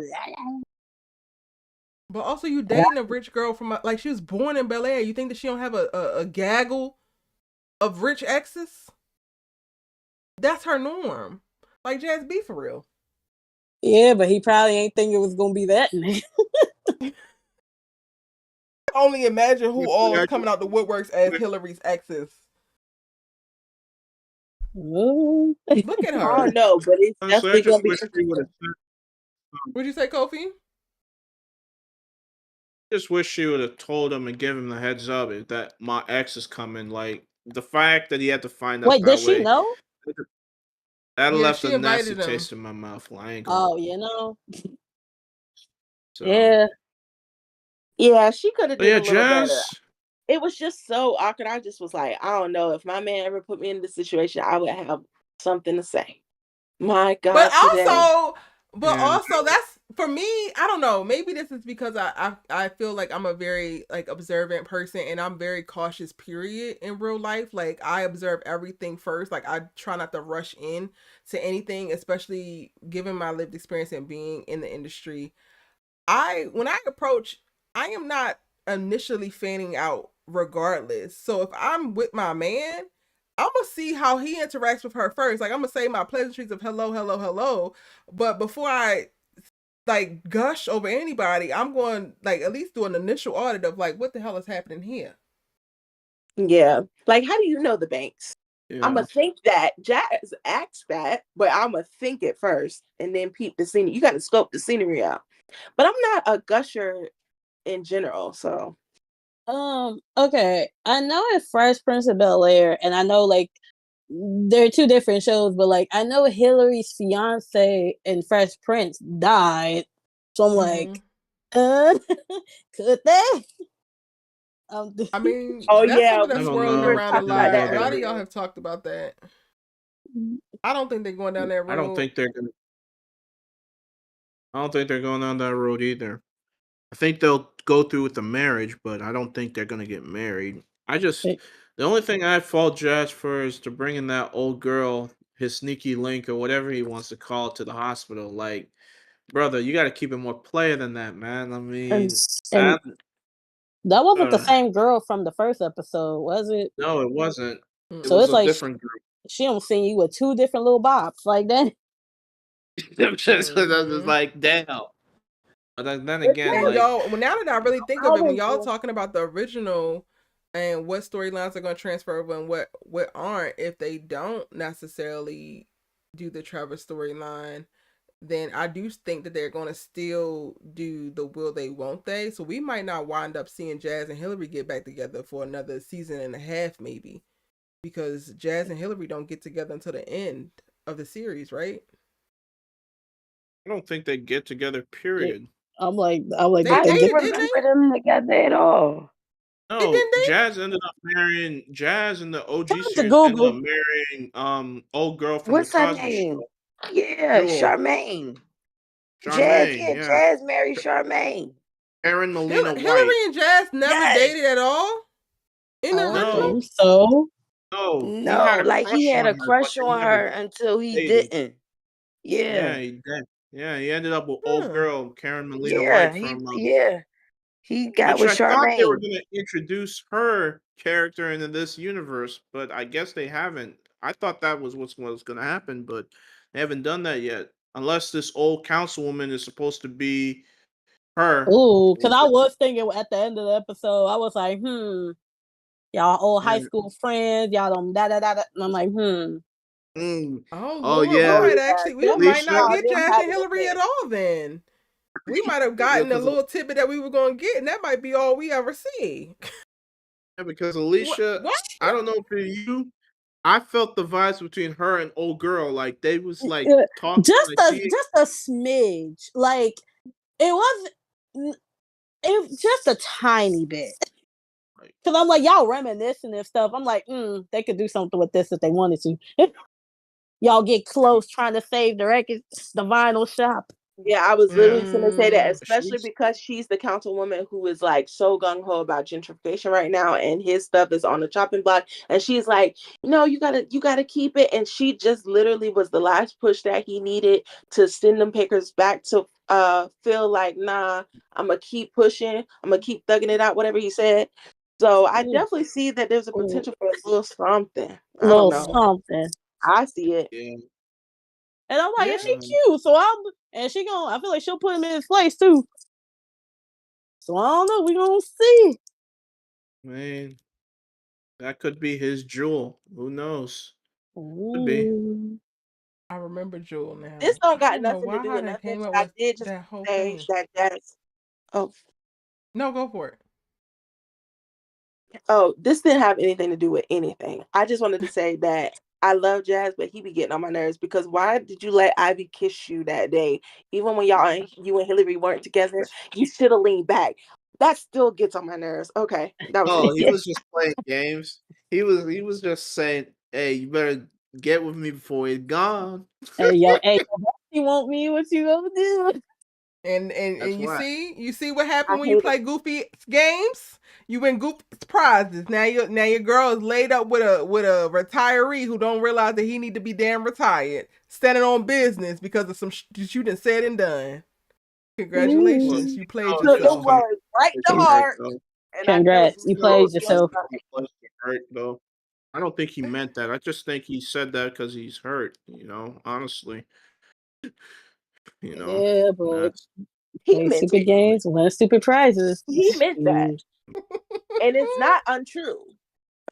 But I know it hurts his soul that she took them words right to heart and not in his favor. Yeah, because she ran right into the arms of what? Another nigga. Yeah.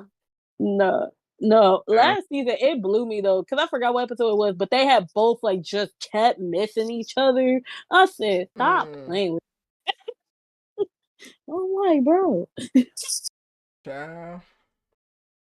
I don't know. Like I want my short king to win, but he can stop playing. He really do. I said earlier in this live, I feel like he's following in Uncle Phil's ego footsteps, and I hate it for him. Like I need him to be more involved in this. No, Uncle Phil and Viv and they little talk. That I said, oh, y'all being honest. I said, y'all got it. Yep. She did say radical honesty. I said, oof, y'all doing it, huh? Oh, I was just gonna say, I'm only gonna know that Jazz has some character growth for real is when he stopped letting his pride be his downfall. Mm-hmm. Yeah. I don't know. It's like I think the shop thing, trying to keep the shop, might be where we get the window into it because he's very dogmatic in keeping this place. So we'll see, man. My thing is, what's funny is I'm just thinking in my head, like, now what if he would have took the loan from Phil just for Phil to take on this project, and it would have been like, oh, psych, never mind. Heck, he at this point, I know he probably wishing he would have taken it, so then Phillip would have had something invested in, wouldn't be able to at least think twice. Yeah. Who knows? Maybe Jazz and Hilary might be in game because think about this: that first episode when they come in together, they're both matching, and they haven't even talked to each other in like God knows how long. And you It was wearing like a your pink, month. yeah, and y'all in sync, like y'all was wearing the same thing low key. I'm like, damn, like maybe I don't know. No, And low just key. that whole visual representation of him being short and her being They tall really is like, look good in their pink. yeah.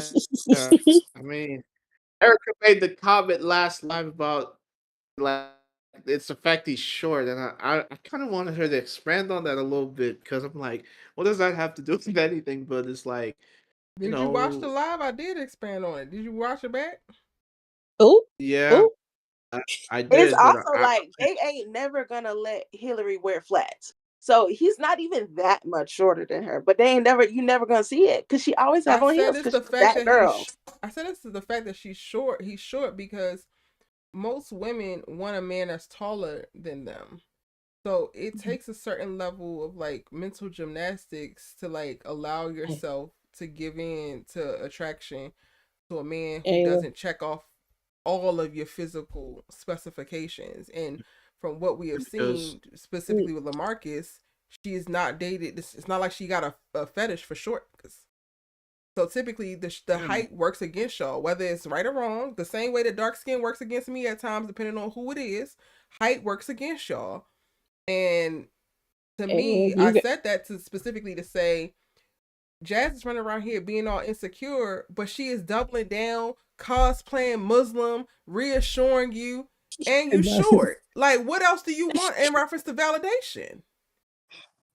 But the way his character, does that make sense, Kofi? No. Yeah, that pretty much covers it.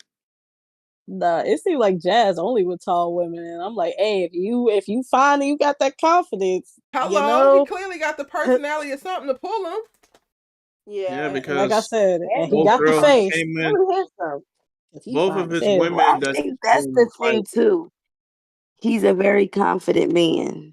Like even like with his personality shortcomings, with his ego and stuff. Like the way he shows up, Jazz don't show up like no slouch.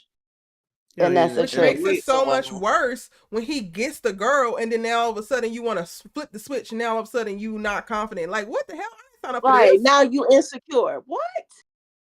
Since when has that been your personality at all? Was it? And then she gets to thinking like, okay, so was that all a facade and you really are insecure? Like, what is this? Yeah. And she Can we tried just to talk reassure about him at every his turn. She just got tired. Like, people still be like, Hilary did Jazz wrong. I ain't never think that. Come on, y'all. Ever. Y'all can't see how annoying that would be for you to be comparing yourself to the last man when you the current man. Get off his jock. And I put on a hijab for your ass. What'd you say? Can we just talk about I put on a hijab. Not Muslim. I put on a hijab. Jazz, if you need anything else other than that, I don't got it. I ain't got it to give. I ain't got That's it. how you know she love you. Like that's how she knows she was willing. Please. Yeah. Now was she doing a little bit too much during that? Yeah, but Out it's here the playing thought that Muslim counts. Wikipedia. Child, Jazz, you go somewhere. It's the You thought that wanted to counts. impress your parents so bad, like, and then every time If I do all of that, yo, a concern. if I force myself to memorize Muslim facts throw on a hijab and get to being all demure and whatnot, knowing I'm loud and bold and brazen, and then I still got to deal with, well, do you like me? Get out of my face, nigga. Immediately. Like every turn she tried to reassure you, and it's just like it's never enough. I don't know what you want from her. That's something he has to get over. But can I just take a moment to shout out his sense of style? This guy dresses like Tupac Shakur. He's giving me Tupac, like the chains, the glasses, the whole vibe. He said his people got ties to the Black Panthers, so I mean, well, yeah, that's true. he in it. Yeah. Acting like Tupac right now too. He's getting around every God.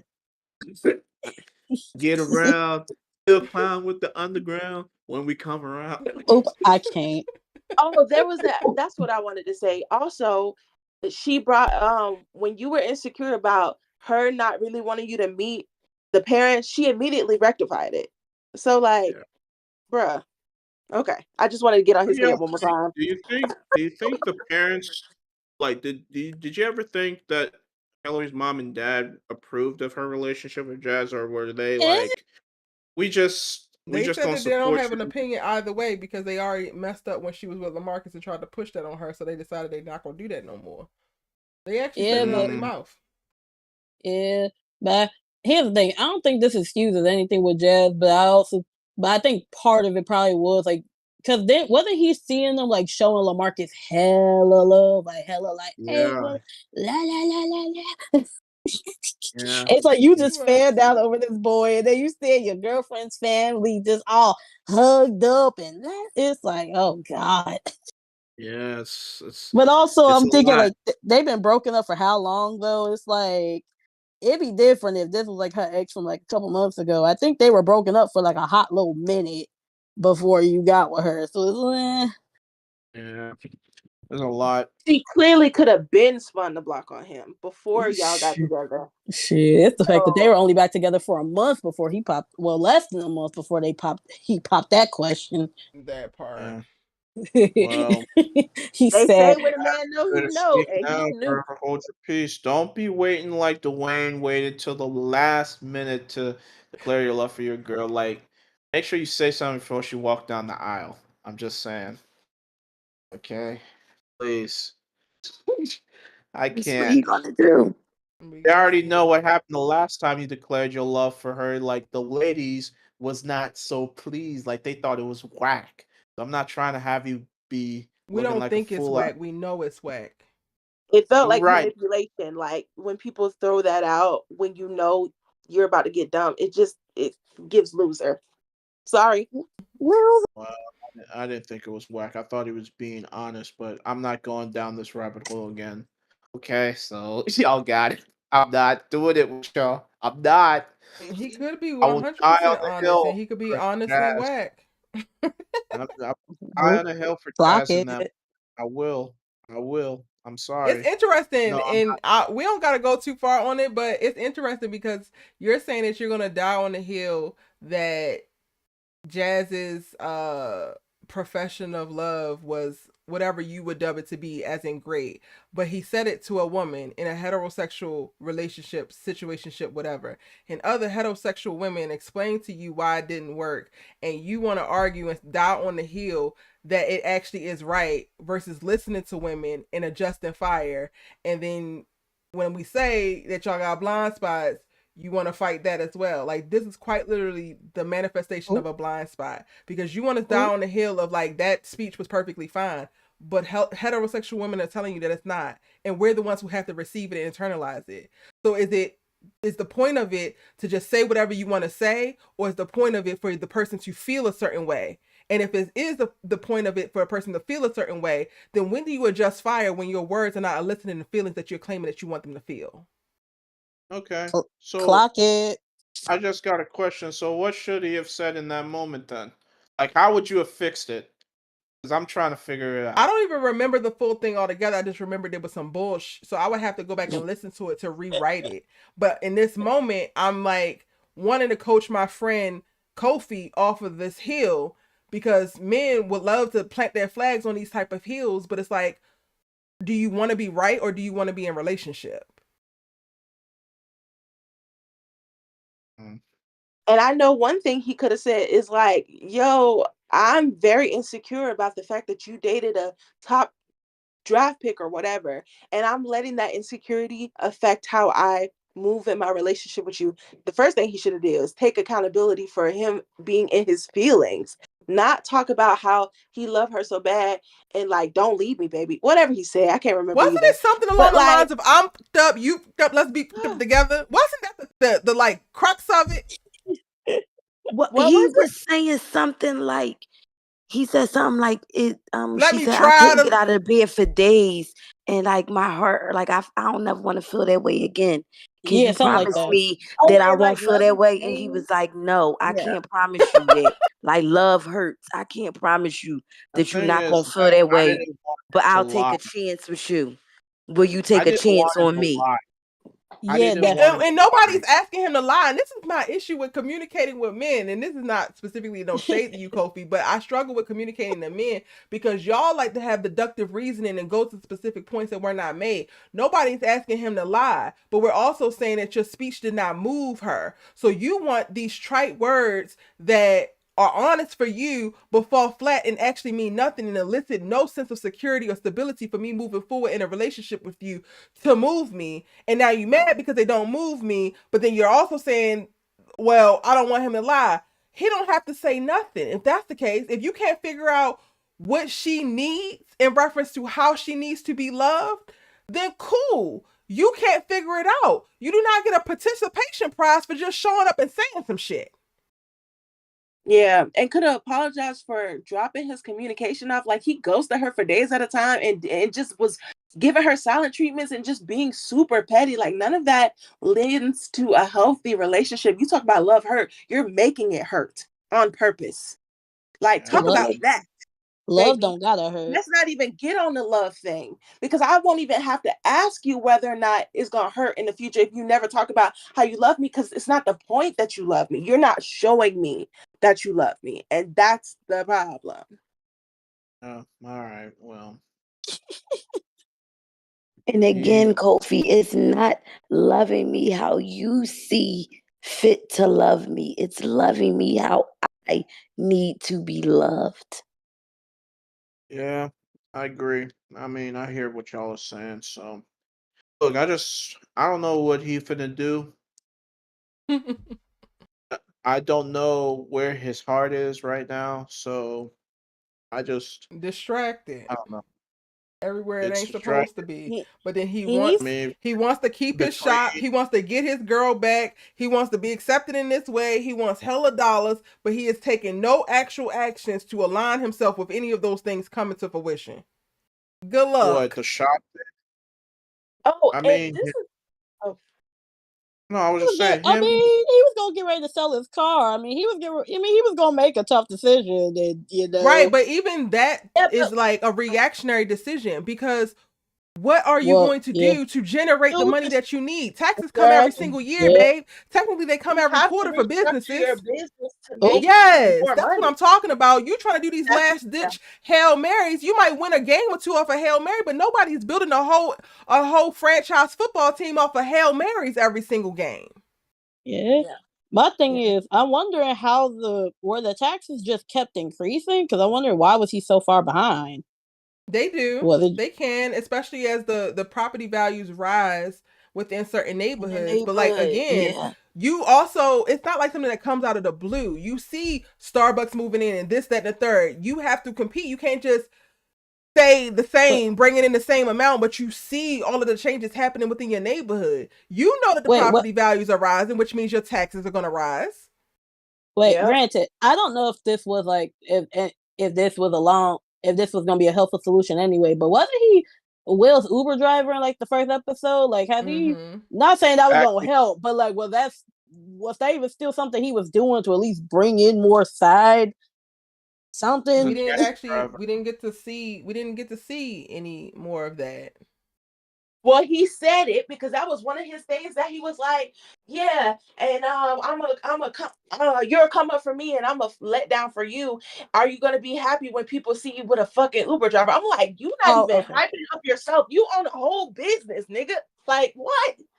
Yeah. Remember when he said that Uber driver line? I'm like, I do remember when he said it, but I didn't take it like he was doing it right then and there because I'm like, you just gonna totally skip over the fact that you're an entrepreneur. I think that you're picking the saddest thing about you in the season that you had. I don't necessarily know how much you're doing this Uber.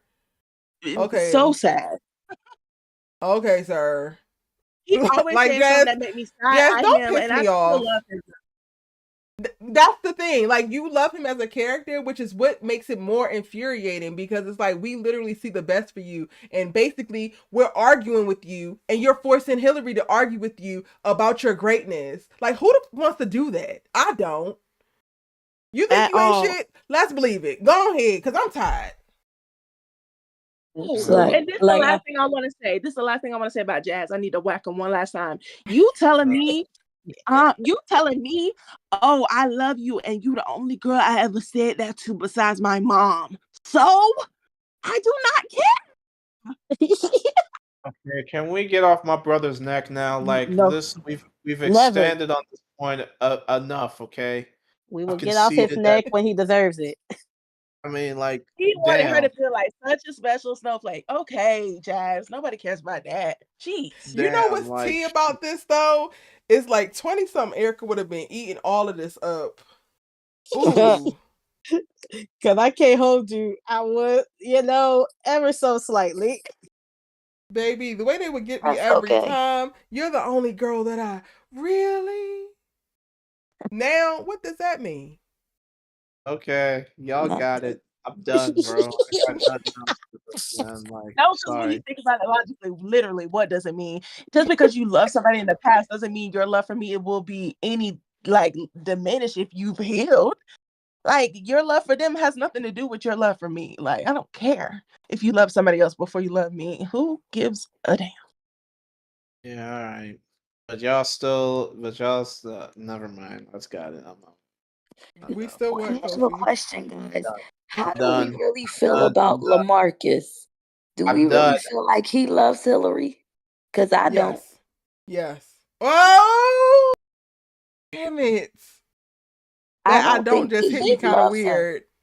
I do feel like there's a trophy thing to it. I do think that there's some trophiness to it. To possess Hilary. I don't think that he's in love with Hilary. It seems like she's the one that got away for him.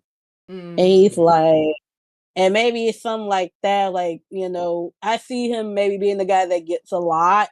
And maybe because she left him, he's like, well, dang. But also, I forgot how long they said they were together and from like what ages. So it also could be like high school. That young. Yeah. Well, I'm saying this like I'm that old, but like that young late high school, early college love that like got away and he like, dang. I think he sees Hilary as a trophy. Did they even say why they broke up? Because I don't remember that. I think she broke up with him, but I forgot why. Oh, because he got drafted to Philly and she didn't want to do the long distance. That's what she said in season 2. Yeah. Oh, so she is the one that got away. Okay. Yeah. I mean, look, and I feel like if he proposing within a month of them getting back together in a sense, I mean, he clearly said, if I get you back, I ain't letting you go. So I 80% believe that. I 80% believe the whole okay, when I get the chance, I'm going to capitalize on it. But I also have a very, I don't know if it's a trigger or an alert, a sensor or something specifically for men who are doing things on their whatever little arbitrary ass clock and are checking things off. I can't stand it, and I quite literally do not ever want to be the girl that the guy settled for because I happened to be around at the time that he wanted to get married and have a kid or whatever. So 20% of me feels like that is what could be motivating Lamarcus, but I have to see more from his character to figure out if he's one of those type of guys. So you mean the guy who's just trying to check off his box? Like the comment I made about how I'm not trying to date till I get my paper? But it's not even about specifically you not trying to date until you get your paper, that's one thing. But there are some guys who are like, I need to be married at 30. So at 30, it's grab whatever bald-headed scallywag is next to me and let's make it work. And it's like, that's not how any of this works, Cliff. Like, stop. It's not about you. Like, if you decide to do certain things and you want to achieve certain things before you put yourself into a meaningful relationship and give all of yourself to somebody, that's one thing. But if you literally have like a list and it's a timetable, I want to be married by 30, I need to have my first kid by 31, I need to have my second kid by 33, I need to have my fourth kid by this time. Don't come to me with that shit, sir. Please leave me alone. Go find somebody else. Get somebody else to do it. Yeah. All right. But I feel like Hilary's a trophy for him. What'd you say, Shanoa? I think they call that the taxi cab theory. Like, they just turn their taxi light on, and whoever gets in the car, they get in the car. It don't matter who you are as a person. It matters like, I want to do matter this what thing you right want. It don't matter if y'all aligned. Like none of it matters. And they will fake a whole relationship, a whole marriage, a whole everything so that they can have those particular achievements at the time that they wanted them. And then whole time, most of them are in love with some other hoe that they don't have access to because she's living her life for her. And now you done drag this girl into this marriage and gave her kids and everything. No, absolutely not. My antennas be up for them type of leave me alone.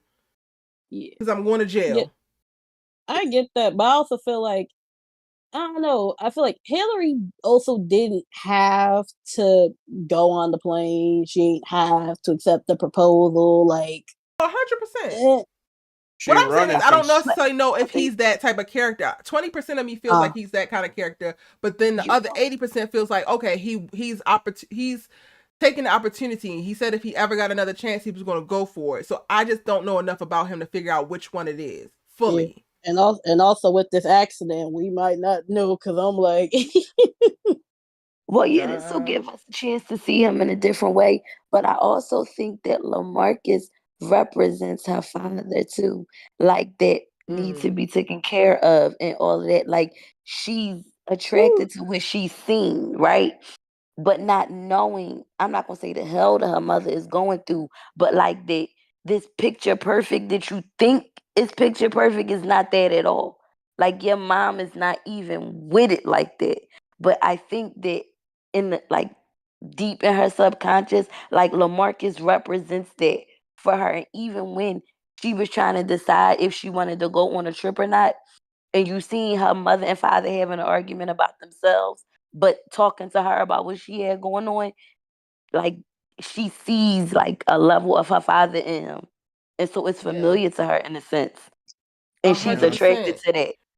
And while y'all talking about us seeing more from him by way of like this accident, now that I really think about it, I'm starting to lean a little bit more to he could be one of the guys to check things off in reference to the boxes because he's a people pleaser and he's being pushed by his dad to get back on the football field and he now pushing himself. So that to me would lend itself more to like, oh, he wants to be who people think he should be versus what the hell he wants to do and being who he wants to be.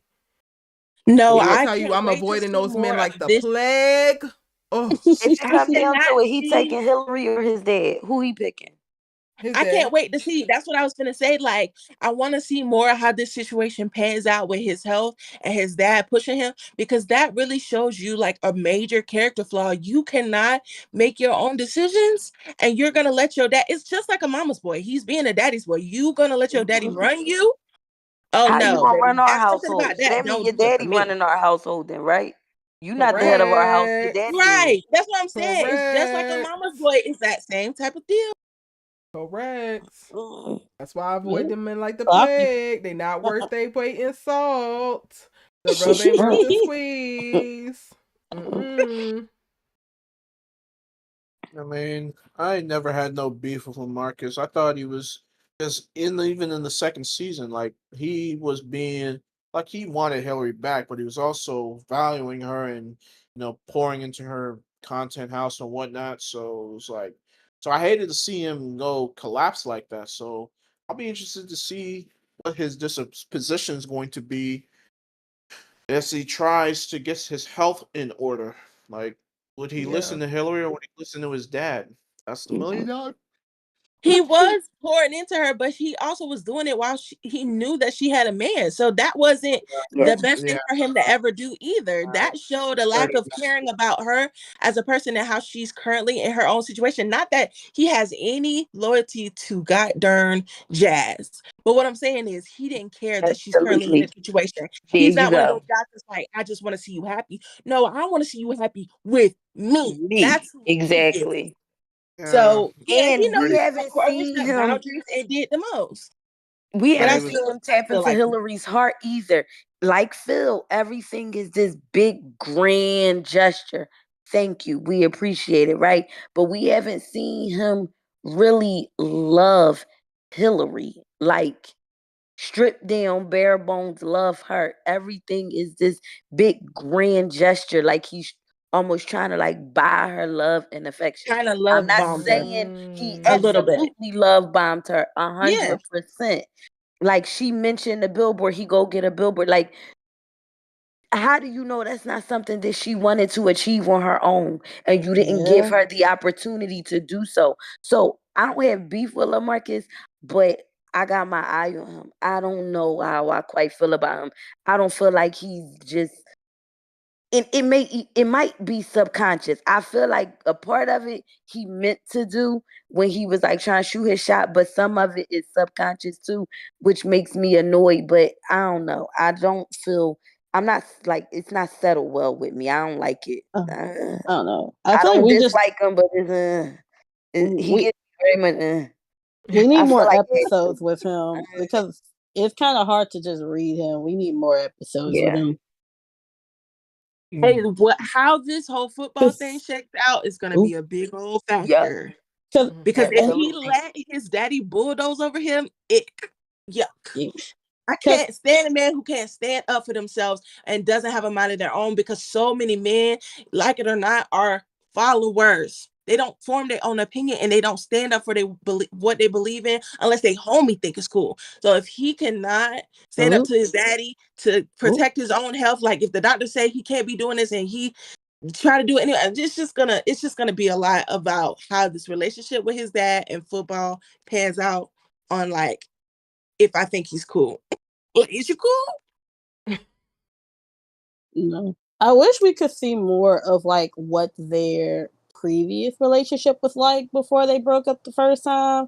Just so we can know, like, okay, you broke up with him because of the long distance, but was there anything else there? Or was it simply good guy, good relationship, perfect? It was simply just you being a runner, being a track star because you finna go play football.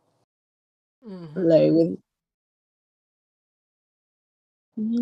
that would be dope. Maybe some insight into it in these next few episodes.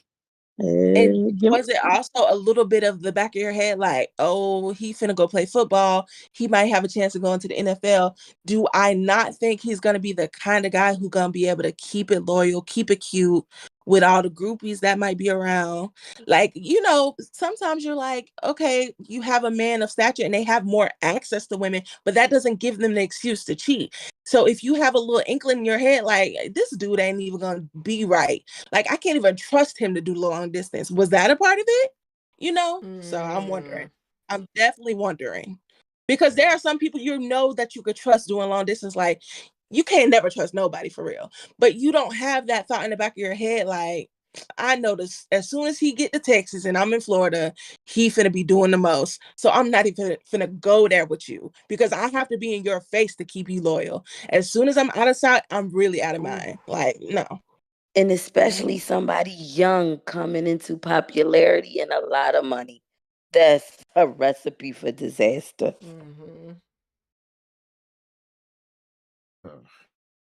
And not my man Diggle from Arrow being raggedy. Dang. Yeah, I was wondering where I knew him from. Yes. Okay, thank you. Yeah. If you watch, I'm a comic book nerd, so as soon as I saw him, I was like, oh, he from Arrow. So because I was trying to Google. I was trying to Google, like, who is this man? David Ramsey, I think his name is. Yep. Yeah. Wait, who? Lamarcus daddy's father. The daddy. And I love him so much in Arrow, and he's making me not like him now. Yeah, he was in Arrow. He was Oliver Queen's boy. Yeah. So The voice of And reason. Lamarcus's mom, she was dark skinned, wasn't she? Mm-hmm. I love that because I was like, oh, and then you date Hilary, who's dark skinned. I don't know. So many. Let me not get into the colorism of it all, but I loved it. Baby, the way Love that, seeing it. aside from the freaking, the way they These put pen to black pad, people and when look it comes to beautiful. these writings, Oh my baby, God. me seeing this many dark-skinned black people in one space that just look, I'm just like, they low-key got me all just off of that. Because the way they sprinkle I us don't know what throughout camera things, they use. They look beautiful. they got Always different more shades of black people on this show, man. Different shades, all different. They don't favor one over the other. Like it's that's a not nice, true, healthy actually, Kofi. They have a plethora of dark-skinned people, and I think it's a choice. And I'm not going to rob them of that choice because the industry is making a choice to do the opposite. Oh yeah, that's true. That's true. That's true. Yeah.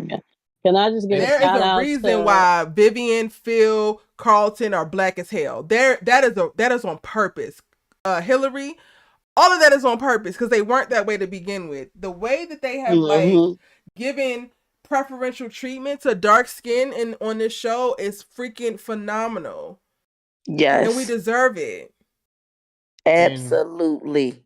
The only outlier is Ashley, but yeah. But she looks so much like Coco. And also, Viv has a light-skinned sister. So I'm like, definitely could see them having this. I've seen dark-skinned people have a lighter skinned child. And she looks so much like Coco to me. I'm like, yeah. Be like, she just got her grandma color. Right. And I think it was a specific choice to give the writers an open end, depending on how far the series goes. Yeah, that's true. Wait, what? Say it again, Erica. I think that they made the choice in casting Ashley the way they did to give the writers an open end, or like a opening for them to go somewhere specifically with her character. Yes, it could be as simple as I got a light-skinned sister and that's just how she came out, or it could be something else. And that is dependent on if the series gets greenlit through 3 or 4 seasons, or if they get to 8 and they need some other stuff to talk about. Speaking of Ashley, what do you think? What you think of her trying to do this music thing with and that conversation you had with Vivian when she had a boy in the room and she said, "Oh, he's not." We know they go by he they pronouns, and we all know Ashley queer. Do they know if she knows that or recognize it? I don't know, but all I know is, girl, you hung up flyers and you let this boy in your house, this person in your house. They did a little zoom in on her journal when she went to go talk to her mom. They zoomed in on her journal. I said, is the boy going to steal her journal? Like, you don't know this boy. Why don't we meet at a coffee shop? I thought he was going to read her journal and then be like, oh, these are good. And then they was going to have a little jam session. I was so like, oh, that was so safe and platonic. That's not what I thought. I thought he was coming to audition. I was like, where's the audition? He did. No, she said audition was yesterday. Right. No, I know, but I thought I think they're gonna make music together. She changed her mind about it. I guess at that point, you the only one here. I think that they're going to make music together, but something ain't right with this person. And I want the best for it, but they're setting her up for something because they also don't have her making up with Olivia. Right. She gonna be hanging out with him more often, and the old girl gonna be like, "Oh, so you just not hanging out with me no more?" The girl's name is Olivia. His name is Eli, but ain't the white girl named Olivia? Yeah, I feel like Olivia gonna feel like be like, so you just hanging out with Eli now, like, or who is he? Like, I don't know. I feel like gonna be some jealousy going on there. And we haven't seen the adults address Ashley being queer, right? They don't know. Wait. They don't know. Only Hilary knows. Oh, only and Hilary knows. Right. I and think Ashley that, doesn't even fully what you know. call it knows. Geoffrey knows. But Geoffrey knows everything. Yes, Geoffrey. Geoffrey the one that dropped her off. Remember at the I remember something about some scene where she had to go somewhere in Long Beach and Geoffrey took her. Okay. No, she ditched Hilary and went to a place far away, and Geoffrey picked her up. Yeah, he and knew then that's about how her he found out about. her her doing what? the online game and stuff. And then he invited some of those kids to an event that Phil was having. And she liked the little girl. And she was going to tell the little girl that she liked her. But then the little girl had a crush on Will. And that hurt her little feelings. Yeah. Okay. Yeah. Yeah, that was the first time Lamarcus she says they liked turned the girl. Ashley into Willow Smith. And they said, well, if only her music was as interesting as Willow Smith. She just started, and right now it's giving ABC 1, 2, 3, 1 fish, blue fish, red fish, 2 fish. I mean, they try to tie in the fact that Ashley and Fresh Prince had that voice on her. They said, you still gonna be musical. Yeah, they gonna have her rapping, right? Yeah, I think that's gonna be cool. That's gonna be fun. Something fun for the kids. Come on, little middle school band. Yeah. Nah, she said her music gotta mean something. She said, "Ain't none of that generic. Nah, we talking that real." Yeah, they gotta mean something. Real rap raw. I'm talking to everybody. But I do think they might set up a little love triangle between Eli, her, and Olivia, because she didn't say that she doesn't like boys. She still said she was I think that she's out. bisexual. Yeah. Yeah. She said she was figuring it out. It's totally giving Euphoria, but I'm kind of here for it. All right, y'all. Any last minute predictions for next week's episode before we get out of here? I don't even know where they're going in potential storyline. Oh God. It's gonna be more protesting. Yes. I feel like there might be it's got to be some type of because I remember in the trailer for the season how Will was talking to Carlton about how your dad just might be in the wrong here. So it's gonna be something with them finding out what's going on. Carlton probably gonna be on his daddy's side. Will gonna be on Dad's side. So it's gonna be a whole thing with that. Ooh. And I think the aftermath of Will getting closer with his father is gonna be next week too. And that gonna go good, go south, because we in a good place right now, but y'all know it's gonna go down again. Okay. I told him earlier that I think that Phil's gonna be the problem in the situation, and he shouldn't. But I think his ego is not gonna allow for him to just sit back and watch Will cultivate a relationship with Lou, because he feels like he knows best. Like I know my bad. Go ahead. I know I got into the live late, but it's like now knowing the whole story, it still don't make up for what Lou did. But I'm kind of thinking okay, feeling y'all gotta like him, but y'all doing a little much. I'm on their heads. I'm not even gonna hold you. I'm on their heads because the way that y'all made me believe that man was Voldemort. Meanwhile, he was just trying to put food on the table and keep heating the house. I thought he was a degenerate gambler for some reason. I was like, wait, he never was a gambler? I don't know where I got that from. They just be talking about him. The man got yoked up one time for probably him and somebody else for some money that they owed him and got taken away and never was able to recover. And y'all literally slandered that man for 13 years. But that also probably has to deal with what's the mama name? Vi. Because I'm pretty sure of course Vivian is gonna go whatever her sister say, and the way she was acting, they probably thinking that I probably imagine she probably was playing it up, and they just gonna go whatever 100%. She say because they don't got a reason to go against her.